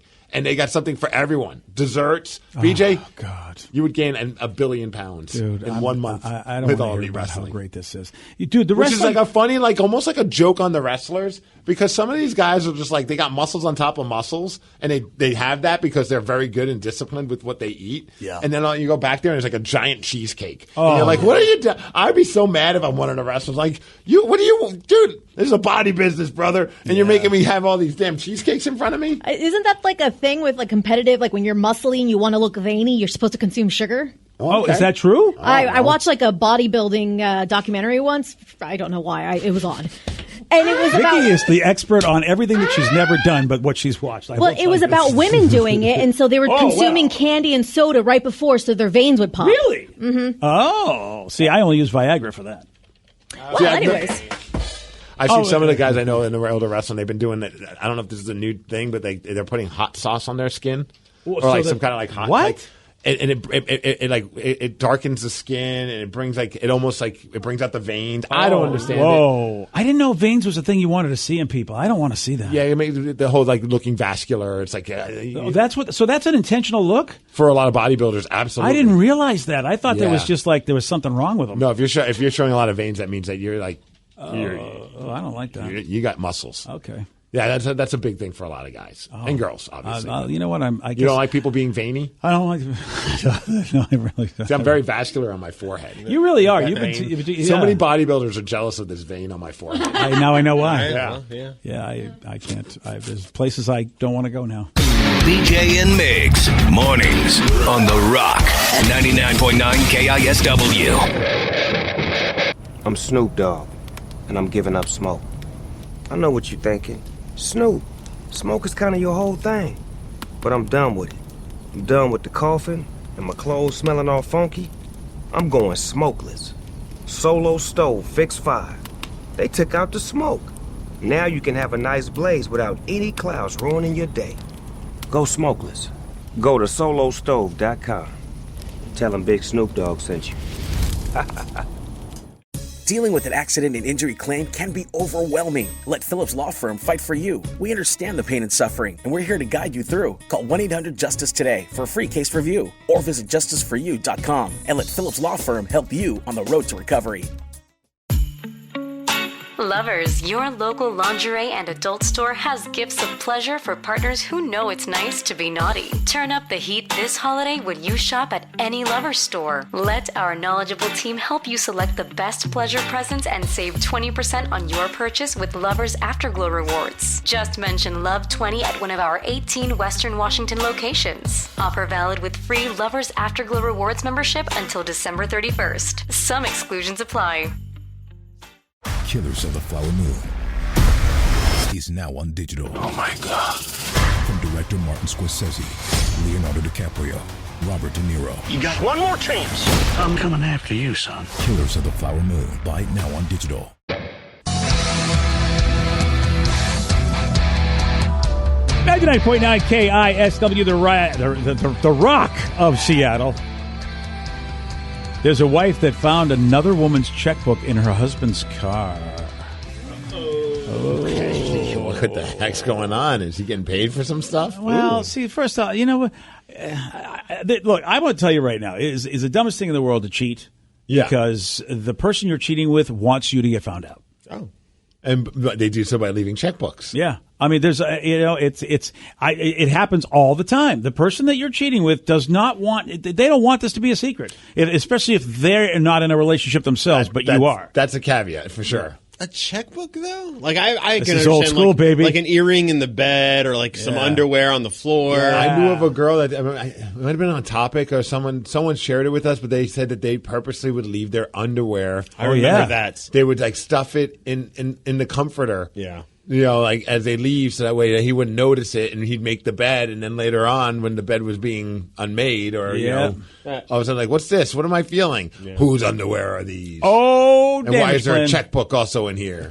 He swore. This guy said, "I don't know whose checkbook this is that's in this car. I have no idea." But of course, she's still suspicious. Like likely story. Don't blame her. I'd start writing checks if I was her. Oh yeah. So how about what he did though? He went on social media and put the word out, hoping to find the woman to save his marriage. What? So he actually, I mean, I have to say, this is really quite a thing that this guy's doing, because if the woman does want him to be found out, you figure she would go, okay, social media boy, but here's his plea.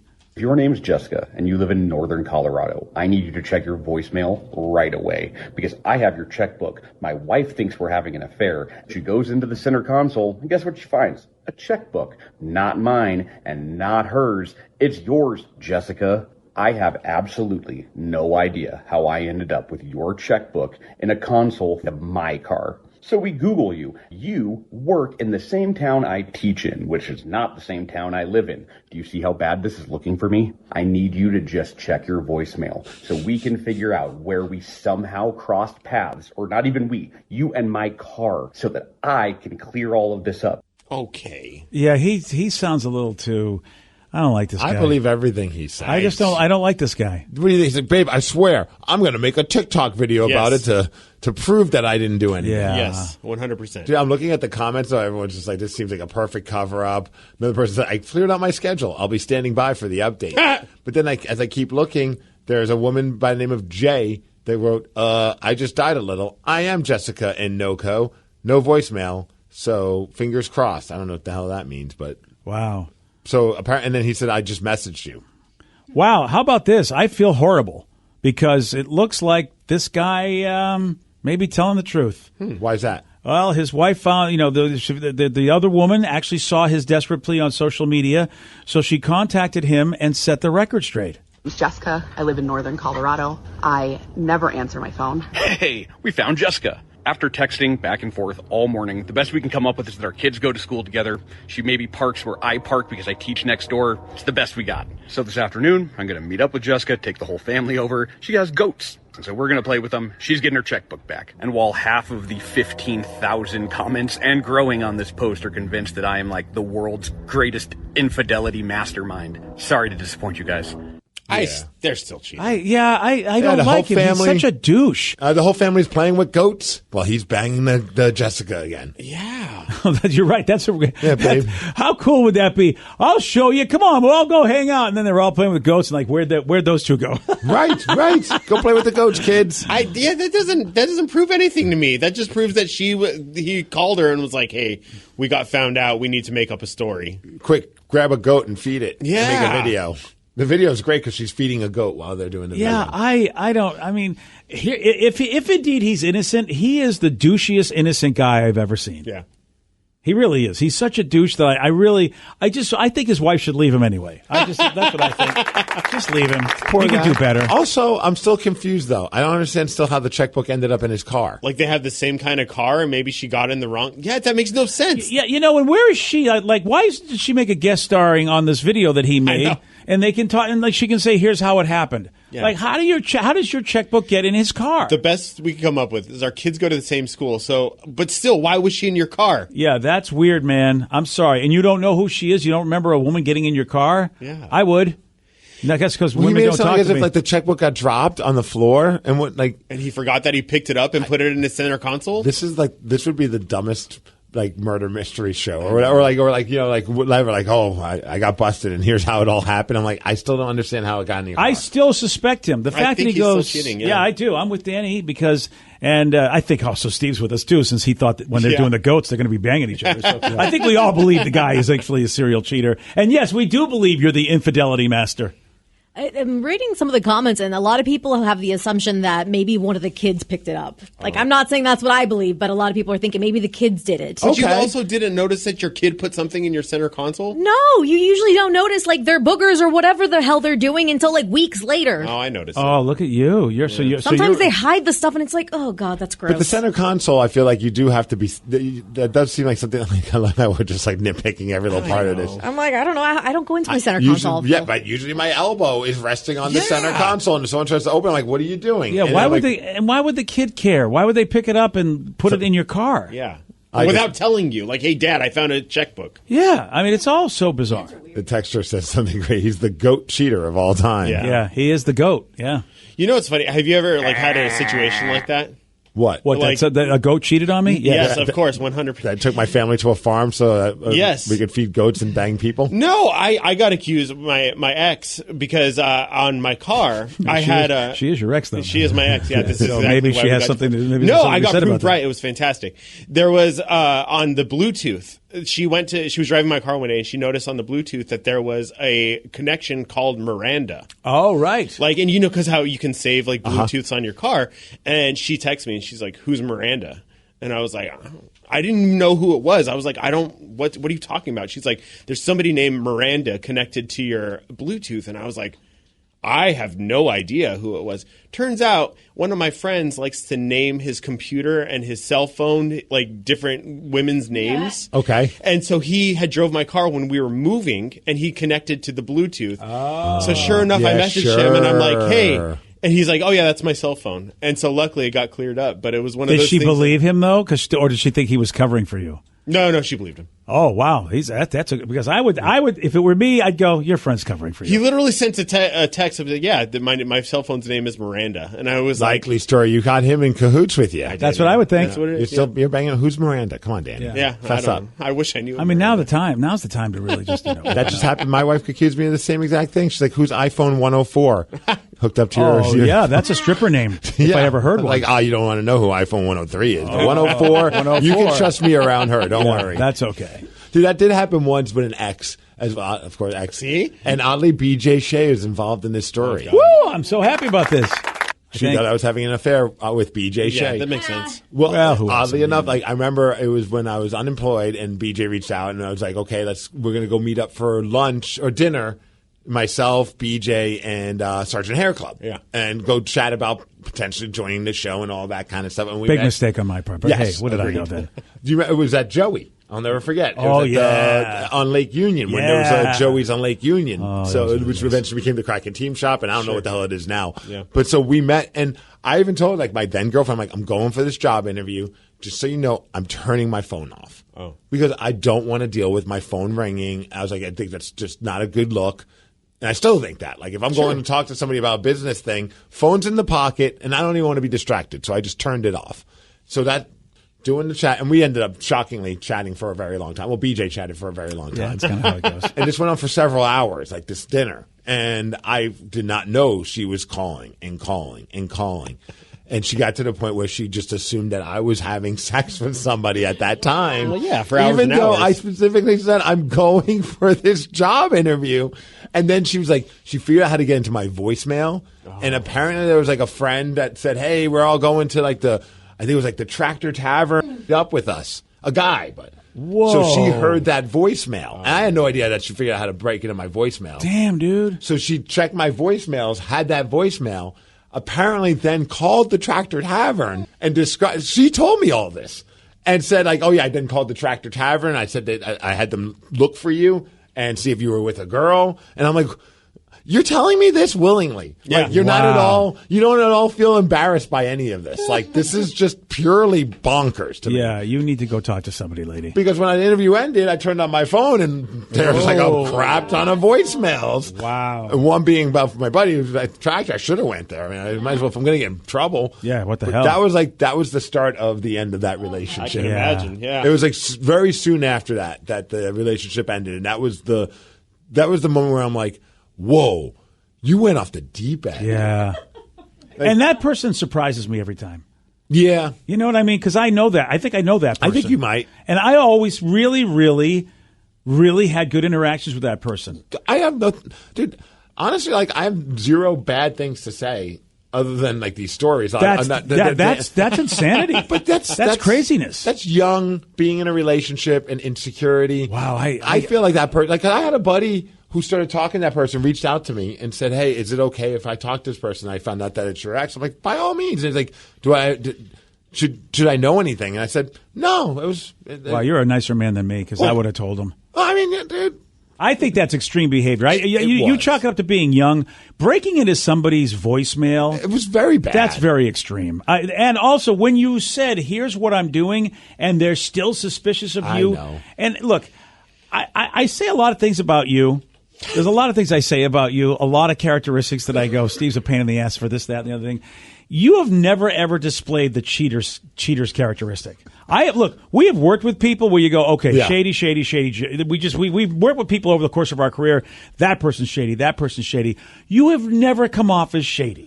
Well, that's what really is like, why would she expect you to be shady? You're not a shady guy. You know, sometimes people just kind of project whatever the past relationship was. Yeah. And I've been guilty of that. That's why I look back on it. I'm like, dude, we were just young and dumb. You're a nicer guy than me. Well, I mean, like, I'm telling everybody about what a lovely individual she is. but that sucks. Imagine like you're still being bound to a reputation or an incident that you did in your 20s and now you're in your 40s. Welcome to America. And people still think you're that person. Welcome to America, brother. That would be a bummer. You're very nice to not be that guy. Yeah. That would be hard for me to not be that guy, especially if it was relatively soon after all that happened. And plus, I mean, I got out of this situation. So, Yeah, you did. You were the lucky man. That was I remember being like, I told you that I was turning my phone off. Like, why was this? Why were you concerned? That's scary, man. Like, it wasn't even like, oh, I turned it off. I didn't tell you. My bad. It was like, as I was leaving, I said, I'm nervous. I want to make sure I'm not going to get distracted. I'm turning my phone off. That's why I'm the perfect man.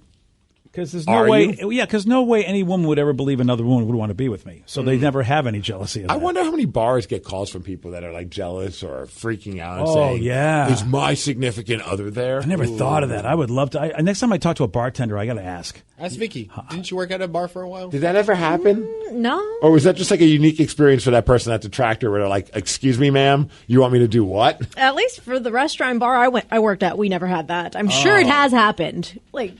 Just not with me. Boy, I'd like to know. I'm going to have to ask anybody I know who works at a bar. I go, hey, did you ever have jealous people call you? Trying to have you see if you can bust their partner at your place. I was like, look, can you look for a bald man that's in your club? Yeah. Okay, thanks. That really narrows it down. Here's the thing. If you're the bartender, are you going to say that the person's there, especially if maybe they have an open tab? No, of course not. You're not getting a tip if that's the case, right? No. However, I've always wanted to, like, Joe, Lynn, and I have a guilty pleasure of watching Cheaters, because that show is still on VH1. Yeah. Is it really? Oh, yeah, Saturday and Sunday Like mornings. VH1 still exists? Yes. Is it really? Yeah. Wow. And it's amazing. They have old episodes with Joey Greco. They have new ones with Peter Pinky. That's like our Sunday. His name is Peter Pinky? Pinky. Oh. Wow. I didn't even, how about Cheaters is still a thing? Oh, it's still a thing. Wow. And we love like watching that when we're hungover the next morning after like emo nights and stuff. But I always just want to be somewhere where like Cheaters busts into a restaurant. I would like, because then just chanting, Cheaters, Cheaters. And didn't the Joey Greco guy, didn't he get stabbed? Yeah, but I think it was all fake. Don't tell me that. Okay, it's not all fake. Yeah. Yeah, sorry, Steve. There was the whole stabbing issue and stuff, and then they had another guy named Clark Gable for a while, and now it's Peter Pinky, and he's always has a cigar. I wish it was Peter Pinky. He gets on stripper buses. Somebody decided to use the old actor's name, Clark Gable, as the host of that show. No, he's the descendant of the actual Clark Gable. Oh, like he's like the third great grandson. Oh, all right. Well, I guess that's so he's legit. like Clark the Third. Yeah. Oh, well, that's okay. I guess, his great-grandfather, his father was like, hey, great job. Yeah. I was a movie actor. You're finding cheaters. Okay. Dude, you got to take a gig when you can in Hollywood. That's a good point. Today's podcast was brought to you by Travis Gagne, bankruptcy attorney. Here's another question from a listener. How long is a bankruptcy going to affect my credit rating? Of course, most of the time, by the time we're talking about filing a bankruptcy, the credit has already taken a huge hit. Chapter 7 is going to affect it more negatively than Chapter 13. Chapter 7 stays on your credit report for 10 years from the time you file. It usually takes 7 or 8 years for your credit scores to get back into the normal range in a Chapter 7 case. However, your credit will start to recover even in Chapter 7 after about a year. You'll be able to get credit again right away, usually before your case is even over. Chapter 13 stays on your credit report for 7 years and usually takes about 3.5 years for your credit to get back in the normal range. So Chapter 13 will mean your credit gets better much more rapidly. Thanks, Travis. If you have more questions about bankruptcy, you can reach out to Travis anytime at choosetherightchapter.com. That's choosetherightchapter.com. Thanks for listening. I'm Snoop Dogg, and I'm giving up smoke. I know what you're thinking. Snoop, smoke is kind of your whole thing. But I'm done with it. I'm done with the coughing and my clothes smelling all funky. I'm going smokeless. Solo stove, fix 5. They took out the smoke. Now you can have a nice blaze without any clouds ruining your day. Go smokeless. Go to solostove.com. Tell them Big Snoop Dogg sent you. Lovers, your local lingerie and adult store has gifts of pleasure for partners who know it's nice to be naughty. Turn up the heat this holiday when you shop at any Lovers store. Let our knowledgeable team help you select the best pleasure presents and save 20% on your purchase with Lovers Afterglow rewards. Just mention Love 20 at one of our 18 Western Washington locations. Offer valid with free Lovers Afterglow rewards membership until December 31st. Some exclusions apply.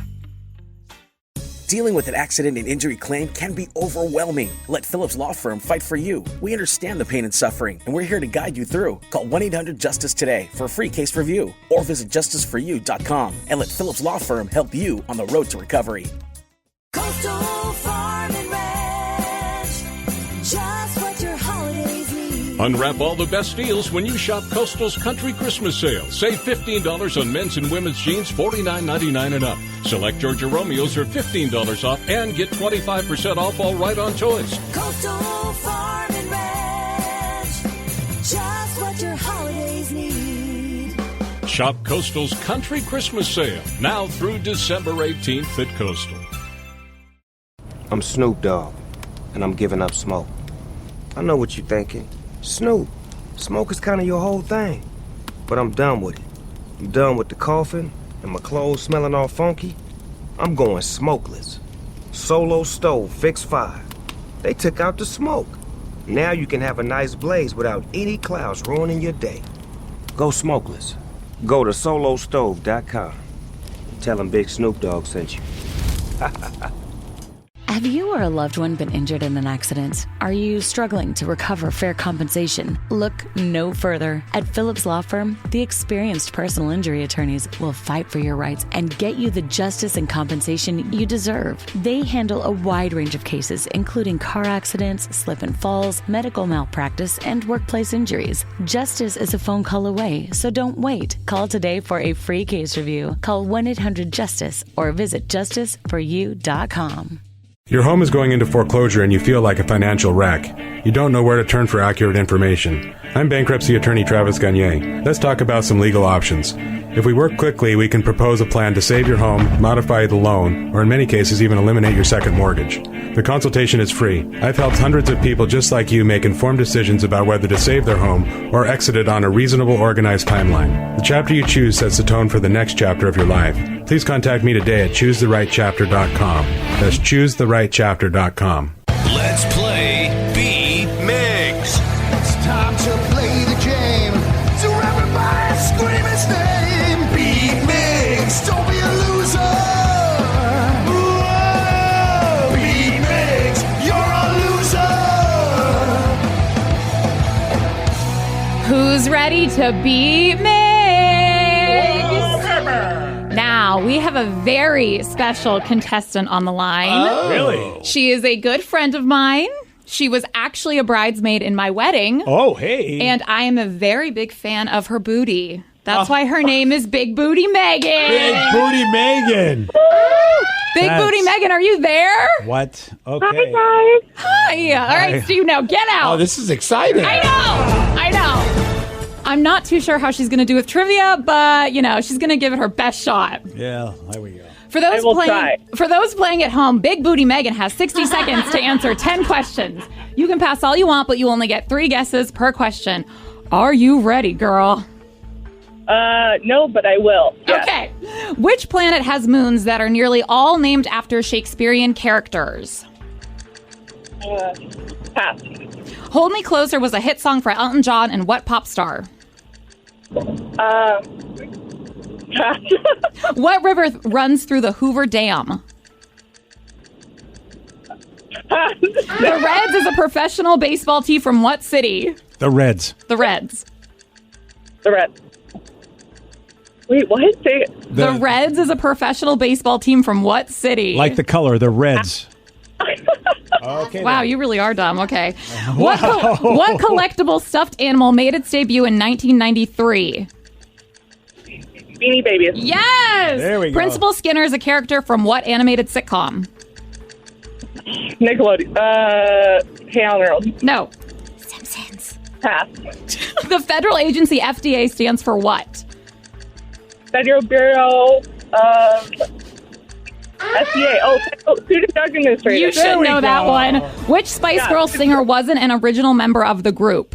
Ooh. Say it one more time. Which Spice Girls singer wasn't an original member of the group? Posh Spice. No. Megan, you dropped a deuce. Yeah, you did. Wow. Somehow I'm not surprised. Wow. Why would I know baseball, Sarah? Why would I know? Steve, you don't have your work cut out for you. Yeah. Oh, that's not nice. I mean, yeah. Are you ready? Yes! Which planet has moons that are nearly all named after Shakespearean characters? Which planet? Jupiter. No. That would be, since Big Booty Megan, that would be Uranus. Thank Thank you. Yes. Oh. Hold Me Closer was a hit song for Elton John and what pop star? Hold me closer. Oh, Madonna? you know it. No. Lady Gaga. No. Paul McCartney. No. What river runs through the Hoover Dam? Mississippi. No. Kwai. No. Colorado. Yes. Whatever. The Reds is a professional baseball team from what city? Cincinnati. Yes. Wow. What collectible stuffed animal made its debut in 1993? Beanie Babies. Yes. Yeah. Principal Skinner is a character from what animated Saved by the sitcom? No. The Simpsons. Yes. The federal agency FDA stands for what? Federal Drug Administration. No. Fun drugs available. No. For dopes addicts. No. Yeah. Which Spice Girl singer wasn't an original member of the group? Baby. Yes. Wow. I don't know how you knew that. Yeah, that's amazing. You knew that. You get 6 correct, though, which is a win. Yeah, Megan 6 to 2. Yeah, Megan did not do well. At least you got 2 right. Yeah. I got 2. Thank you. Yeah, there you go, Megan. I feel like Megan, though, is smarter than our questions, and we just didn't hit her sweet spot. That's all. That's really nice of you to say. Were those They should questions be curious for me. Were those questions like geared towards Megan too? No. Oh, okay. Just the Uranus one. Okay. Yeah, that I thought would have been a gimme. You got really excited about it, so I thought, well, maybe she lives in Cincinnati or something. No. No, but some of these you should just know. She loves the Colorado River. Yeah. You know, Hold Me Closer. Was that Adele? No, it's Britney Spears. Oh, I didn't. Yeah, I wouldn't have known that. But Megan should have known that. You just got to say pop stars. Well, Megan, it's at least cool you were on the show. Have fun with you and your big booty. Okay. Oh, wait. While we have Megan on the phone. Oh, here we go. Big Booty Megan. First story that pops into your mind. What is your favorite embarrassing Sarah story? Oh, wow. It would have to be her bachelorette party. Oh, gosh. Sarah got way too drunk on the boat. We were actually just looking at videos, and she started pole dancing on the beams in the boat, and she was going so hard she bruised like her inner leg and butt. Yep, pretty accurate. God, you really are just a bad drunk. We actually just watched some of those videos at dinner recently, and J. Rubs had not seen some of them. Was he proud? I don't know if proud would be the word.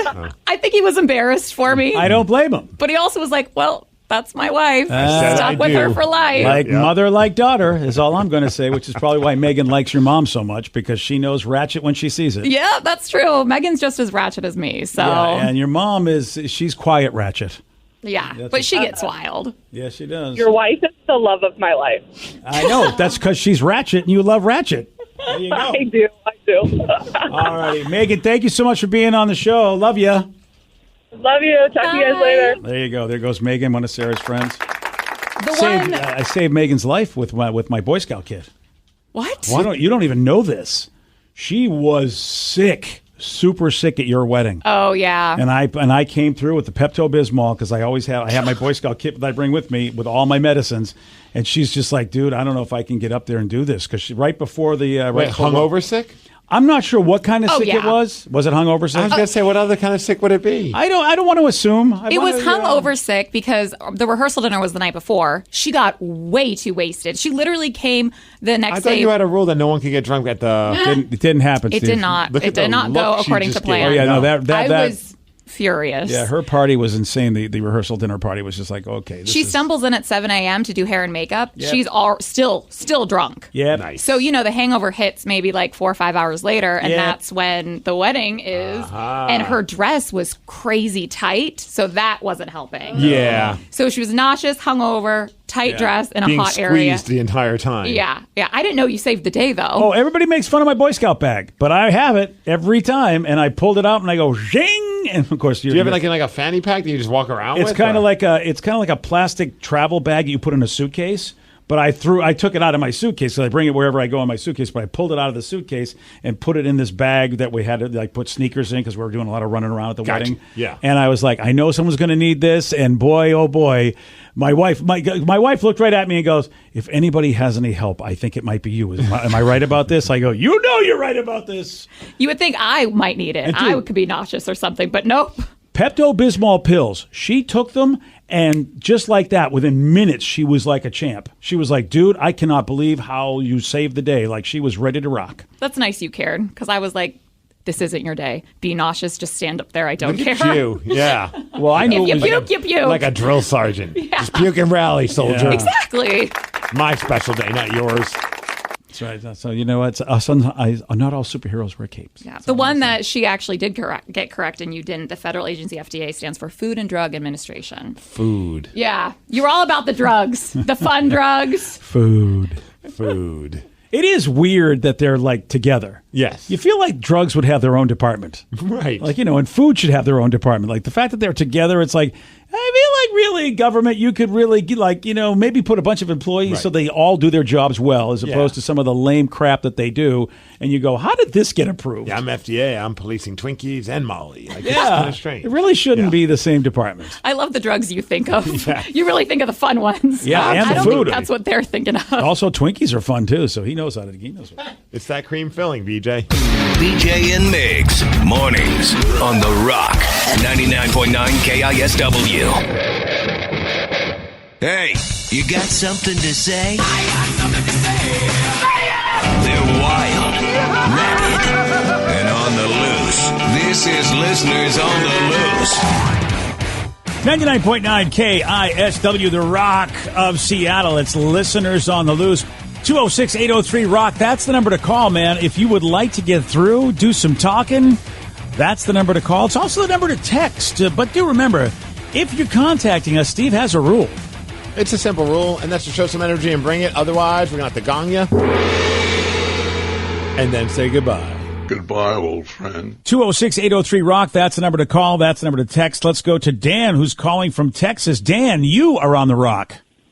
Good morning, BJ. Good morning, Dan. Thank you for listening on the Odyssey app. AUDACY, Odyssey.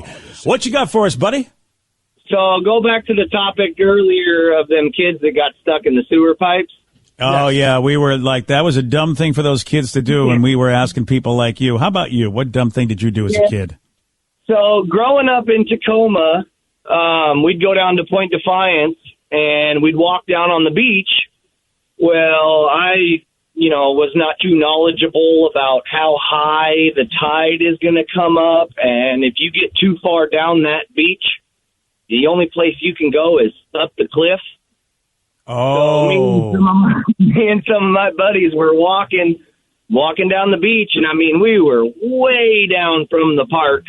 And sure enough, here comes the high tide. And the only thing we could do was start climbing that cliff and hold on to tree roots and trees. And I think we were stuck on that cliffside for like 6 hours waiting for the water to come up and go back down so we could walk the other way back down the beach to where we came from.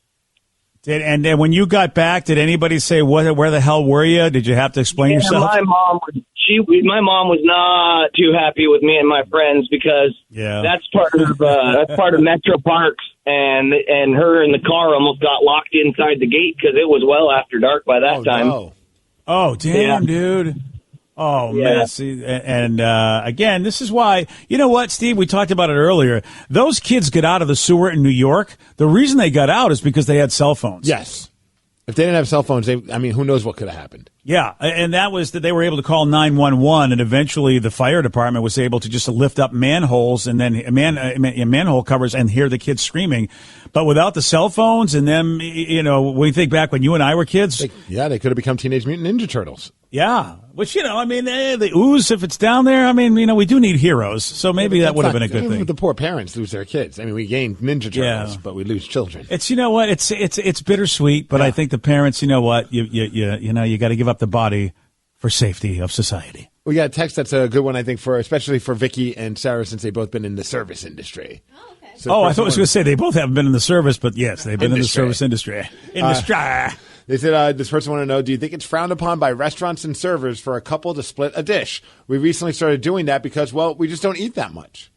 I don't have a problem with it. There are some restaurants that will charge you for an extra plate, like $1 or something, but that's obviously not the server's that's not the server's fault. So don't get mad at us. It's a funny thing though. We got to get something from them. Charge $1 for that plate. I always thought it was so stupid. I usually it is kind of dumb. I wouldn't, but then if the boss was nearby, I had to. Mm-hmm. But yeah, no, I don't have a problem with it because sometimes you don't want to eat a full meal, or you don't want to take it home because it's not going to reheat well. And some places they just load up that plate. Yeah. And you're like, whoa! Like sometimes we go to Happy Teriyaki and Mm-hmm. Puyallup, and I'm like, man, both of us could have just eaten one plate, and I have a healthy appetite, Mm-hmm. but like I was like, this is a lot of food, and I'm not complaining. Did it ever bother you, Sarah, when you worked at the Italian restaurant? No, never. I mean, if you're not going to eat that much, you're not going to eat that much. It's fine. At least you're still there. You're still a customer. We're still getting something from you, you know? I'm happy to hear that because obviously it affects the tip.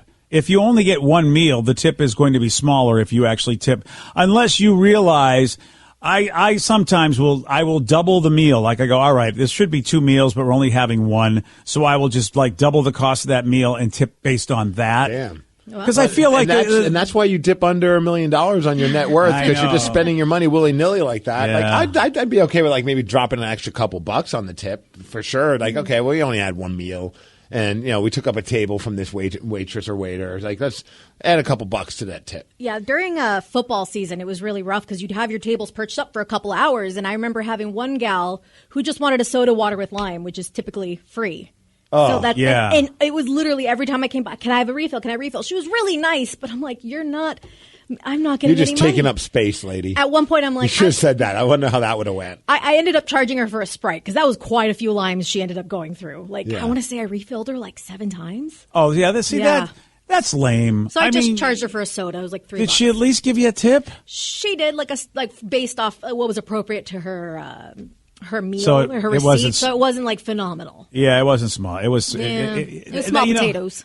Yeah, again, it's ignorance. If Lady, you need to leave. You're taking up too much space. Like I get the game's on, or at least maybe there needs to be something where either you get you add like $1 or $2 per hour you're sitting there.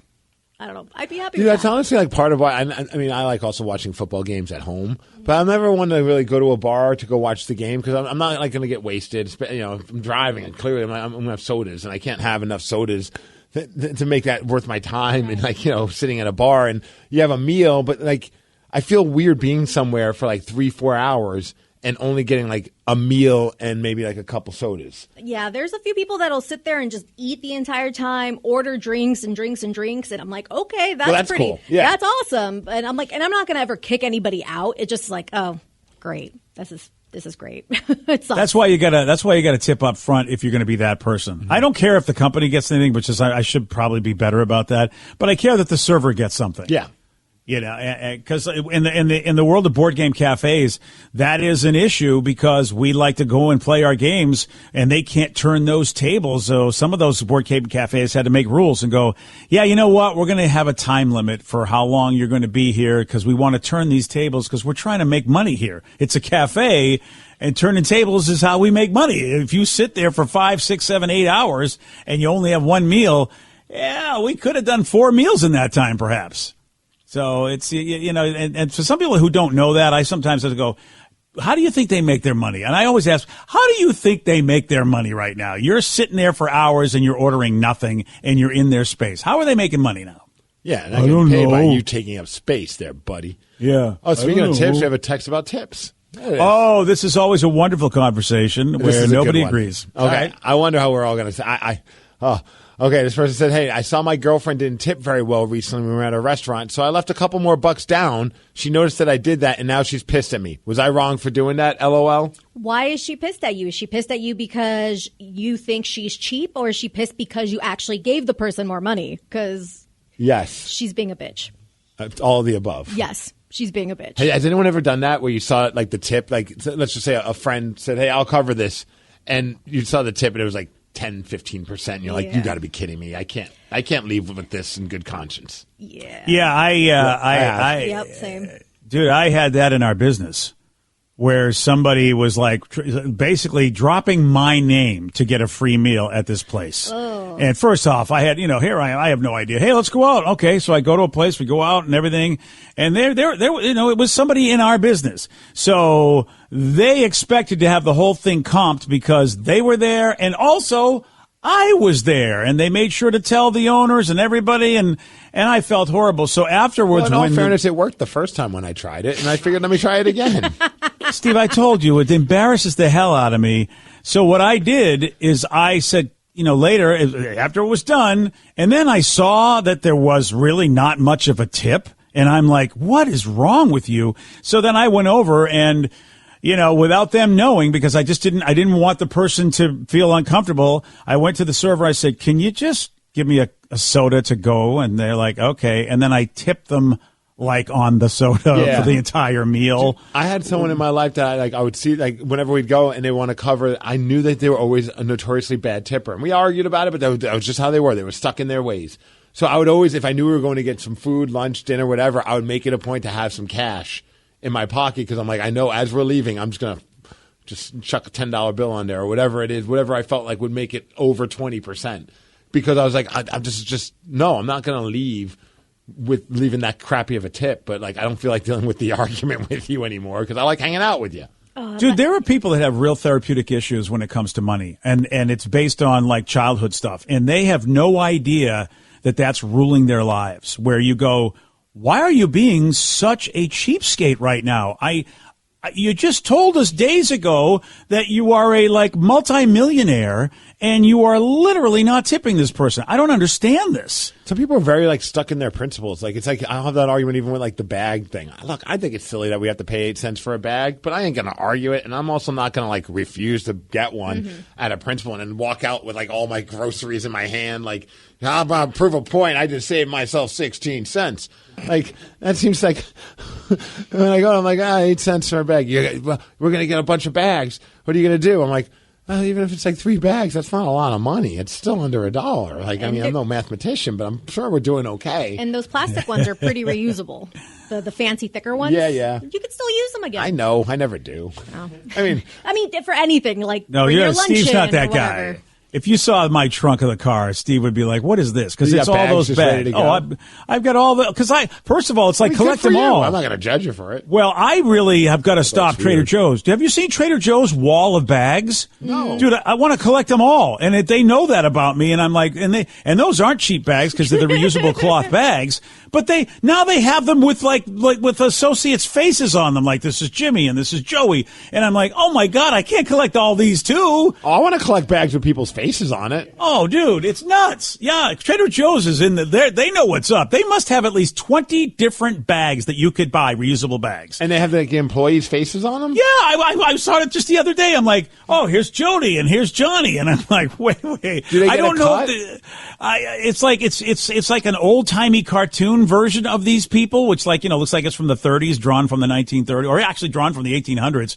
But it's and it got a little name tag. It says John and Jim, and it says these are real employees. I'm like, oh, that's cool. And why are you trying to get my money, Trader Joe's? I don't want to buy them all, and I want to buy them all. I'm kind of blown away. Okay, so do they get a cut of that, though? If I buy the Johnny really good question. Trader Joe bag, I hope that he gets a little bit of a royalty. That would be nice. I think Johnny deserves it if his face was good enough to be on a bag, because I didn't see there was only a couple different face bags.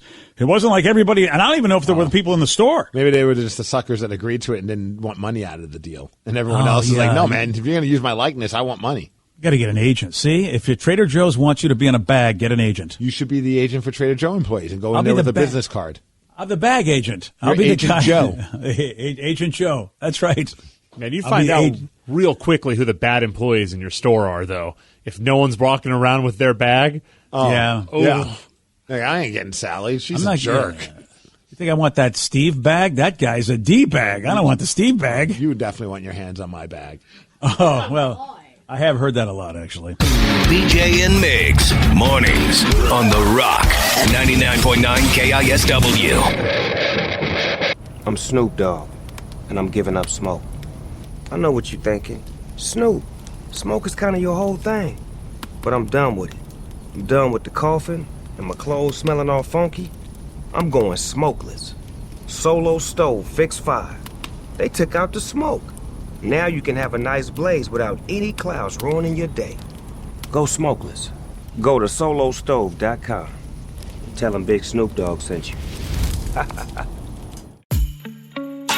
Lovers, your local lingerie and adult store has gifts of pleasure for partners who know it's nice to be naughty. Turn up the heat this holiday when you shop at any Lovers store. Let our knowledgeable team help you select the best pleasure presents and save 20% on your purchase with Lovers Afterglow rewards. Just mention Love 20 at one of our 18 Western Washington locations. Offer valid with free Lovers Afterglow rewards membership until December 31st. Some exclusions apply.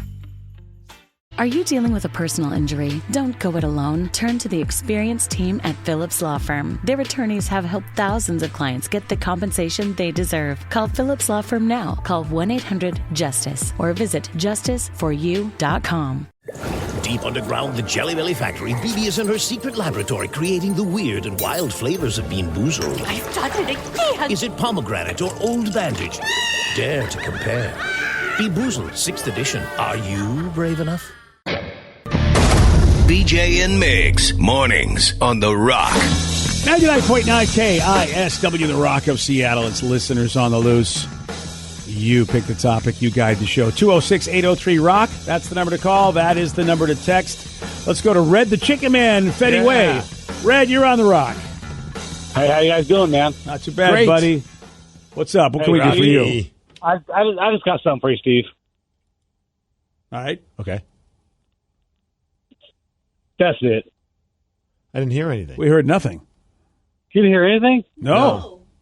Oh, here we go. Red, are you high? Are you messing with us? Are you messing with us? We can Do literally you hear nothing. something? Are you? I'm assuming you're honking your horn because you do. Man, hey, the people staring out the windows at me, man. Your phone cuts out every time that you honk the horn. Then Yeah, maybe. Or you have to roll down your window so we can hear. Yeah, dude, your phone maybe your phone has a thing that doesn't let you hear it. No. Still nothing. We're literally hearing absolutely nothing, Red. Oh, no, it's gone. Oh, yeah, you got okay, Red. Well, that was a. Maybe if Rocky called in, I bet Rocky he'd get it to work. All right, let's talk to Rich in Discovery Bay. What have we created? I don't really. This is all your fault. Rich, you're on The Rock. What's up, fellas? What's up, Rich? What you got for us, buddy? I got this, brother. BJ's so mad right now. Did you hear that one? We did. That was amazing. Not sure what's worse, this or Dominic All right, the fellas, donkey. have a great day, man. All right, thanks, buddy. Chicken grease. There you go. Thank you, Rich. I'm starting to like it more and more. That it annoys BJ more and more. Yeah, this is the highlight of my radio career. What have we become, BJ? Yeah, but I'll tell you what. I can't use the word that what we've become without getting in trouble with the FCC. Effing fantastic. Yeah, that's there'd be an F in there. That's for sure. Yeah. 206-803-ROCK. That's the number to call. That's the number to honk. That's the number to text. Apparently, that's all of that stuff. Well, at least the texters can't honk, as far as I know. Oh, one text says, "Hey guys, honk honk." I guess they can. I feel bad for Red the Chicken Man. What the hell do you think was his problem? Because we know he He's drives got a big phone truck. issue. He's got a phone issue. Yeah. It has to be, yeah. Every time we could hear him. But What we if could that's never... our new joke that we play on everyone? When they honk their horn, we're like, we can't hear it, so they keep honking and pissing the people off around them. I don't like that joke because that means there's more honking I'm going to hear. Fair. 206-803-ROCK. That's the number to call. That's the number to text. I don't know if this is the Shaggy, but there is somebody on the line named Shaggy Warbus. I don't know if we ever got his last name way back in the day. Shaggy Warbust? That's the war and bus, like you drive a bus. And, Shaggy Warbus. Shaggy Warbus, but I don't know if it's the Shaggy, the one that people want justice for, because apparently I gave him an injustice by treating him the way I did. But Shaggy Warbus, you are on The Rock. Hi, guys. And no, I don't think that was me. It's not Shaggy. No, it's a different I know Shaggy. Shaggy's voice. It's a different Shaggy. All right. I feel like there's probably, so long as there's weed, there's going to be Shaggies. Yeah, you good point. Yeah. All right. Well, Shaggy Fair Warbus, point. welcome to the show. Hi, thanks for having me. There we go. So, Shaggy, this is your opportunity. What would you like to talk about, sir? Oh, I got a topic for you. It's in all the places you've lived, where have you, or where is it that, or what is it that you've gotten more hurt or less hurt than you should have?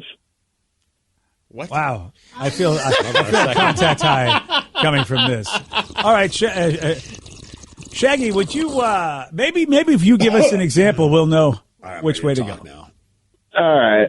So when I was a kid, I was living out in Spokane, and me and my buddies, we would basically ride skateboards all over the upper South Hill. Mm-hmm. And there's this huge, huge hill, very steep, and it goes on for a good mile.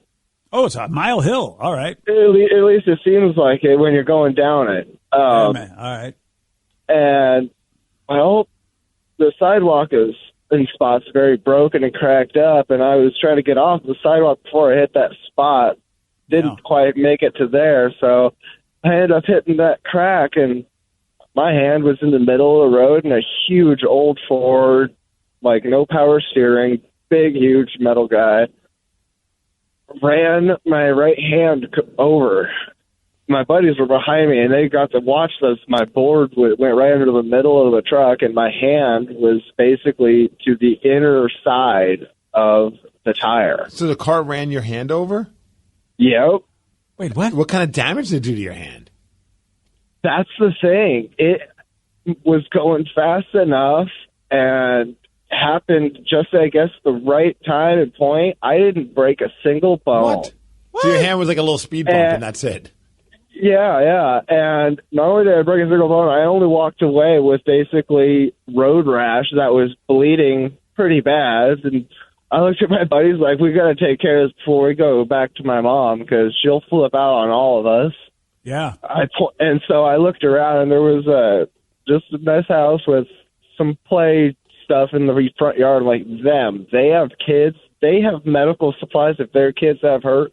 If their kids are hurt, we're going there. And we literally went over and knocked on their door. And Most important question I have to ask, though, and I'm going to try and keep it appropriate. Was it the hand, if you know what I mean? Like, were you a little nervous? Like something? No, it was not. Okay. Yeah, I think we could all deal with a bad hand.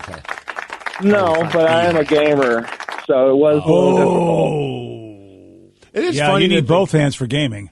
I think we all, like, wherever you grew up, you all had, like, an area that you would go on a skateboard or BMX bikes that was dangerous. Yeah, Suicide Hill in Albuquerque. Suicide Alley for us. Yep. And that was the skateboarding one. But then there was also Death Creek, which was where we went and BMX biked. And every time we'd come home, my mom was like, what happened? I'm like, we got hurt at Death Creek. And she's like, well, at what point are you guys going to realize it's called Death Creek because everybody gets hurt? Like, no different. Like, why you have scuffs on your face? Oh, I fell going down Suicide Alley on a scooter. Oh yeah. And she's like, well, yeah. When you go down something called Suicide Alley, what are you expecting to happen? You morons.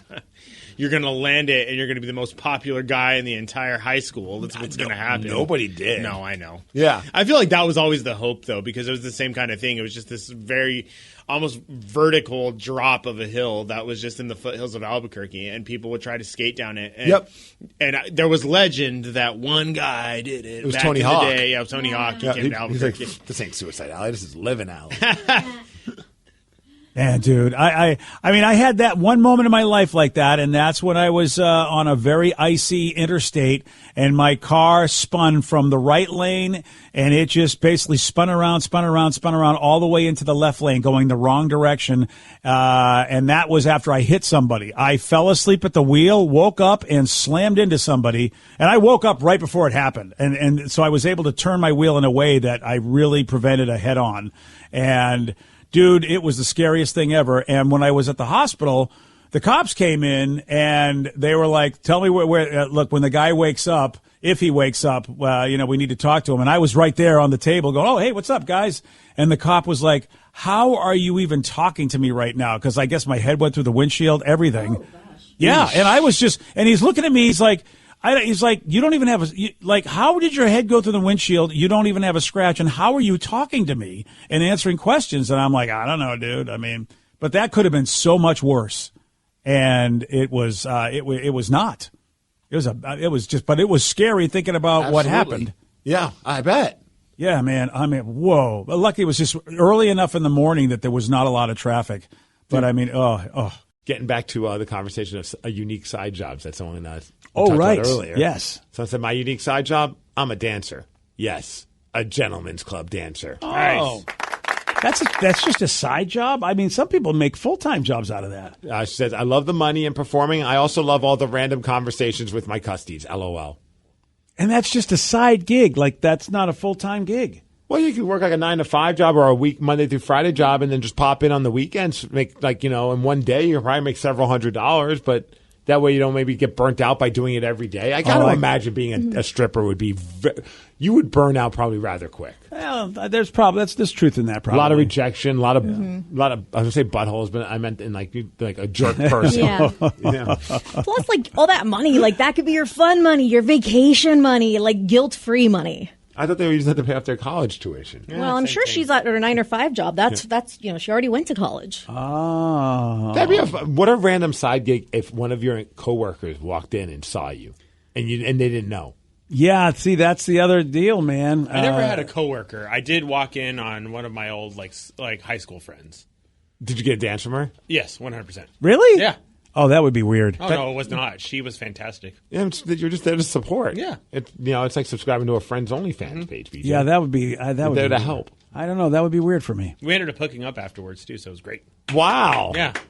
Well, pardon us. Well, I'm just saying. Okay, well, hey. That night? Yeah, no, it was like later on. It was a couple weeks later. But that like rekindled the friendship? Yeah, I hadn't seen her in a while, and it was like one of those, hey, let's hang out after. And then we didn't really hang out that day, but I was like, hey, come to my band show. And then she ended up showing up, and there. And the next thing you know, you went to Makeout City. Yeah. There we go. Nice. I paid you, now you paid me, now we're paying each other.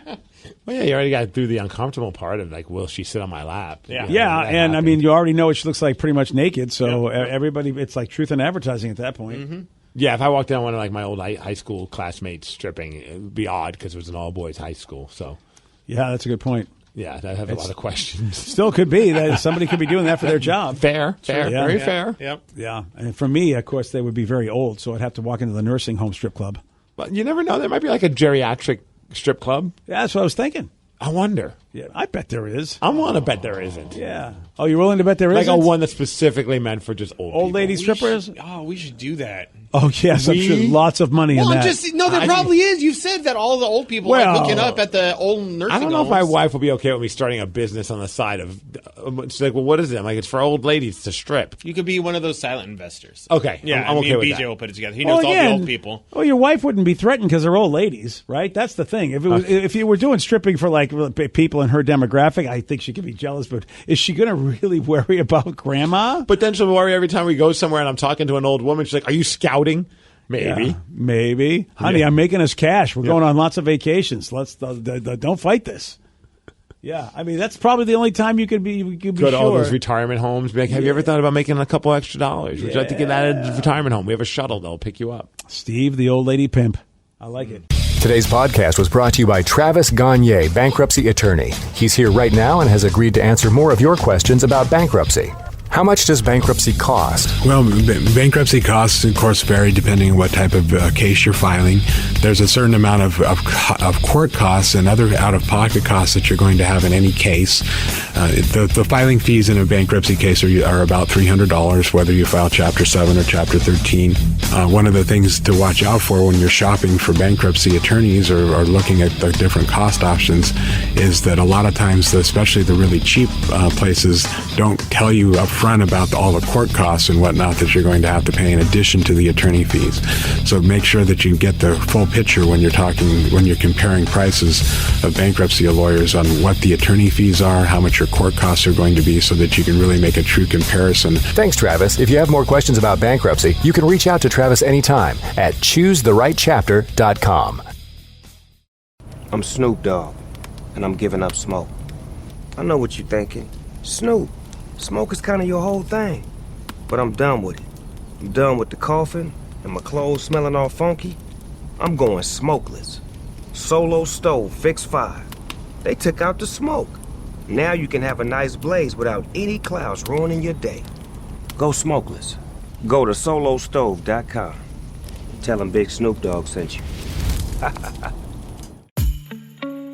Lovers, your local lingerie and adult store has gifts of pleasure for partners who know it's nice to be naughty. Turn up the heat this holiday when you shop at any Lovers store. Let our knowledgeable team help you select the best pleasure presents and save 20% on your purchase with Lovers Afterglow rewards. Just mention Love 20 at one of our 18 Western Washington locations. Offer valid with free Lovers Afterglow rewards membership until December 31st. Some exclusions apply.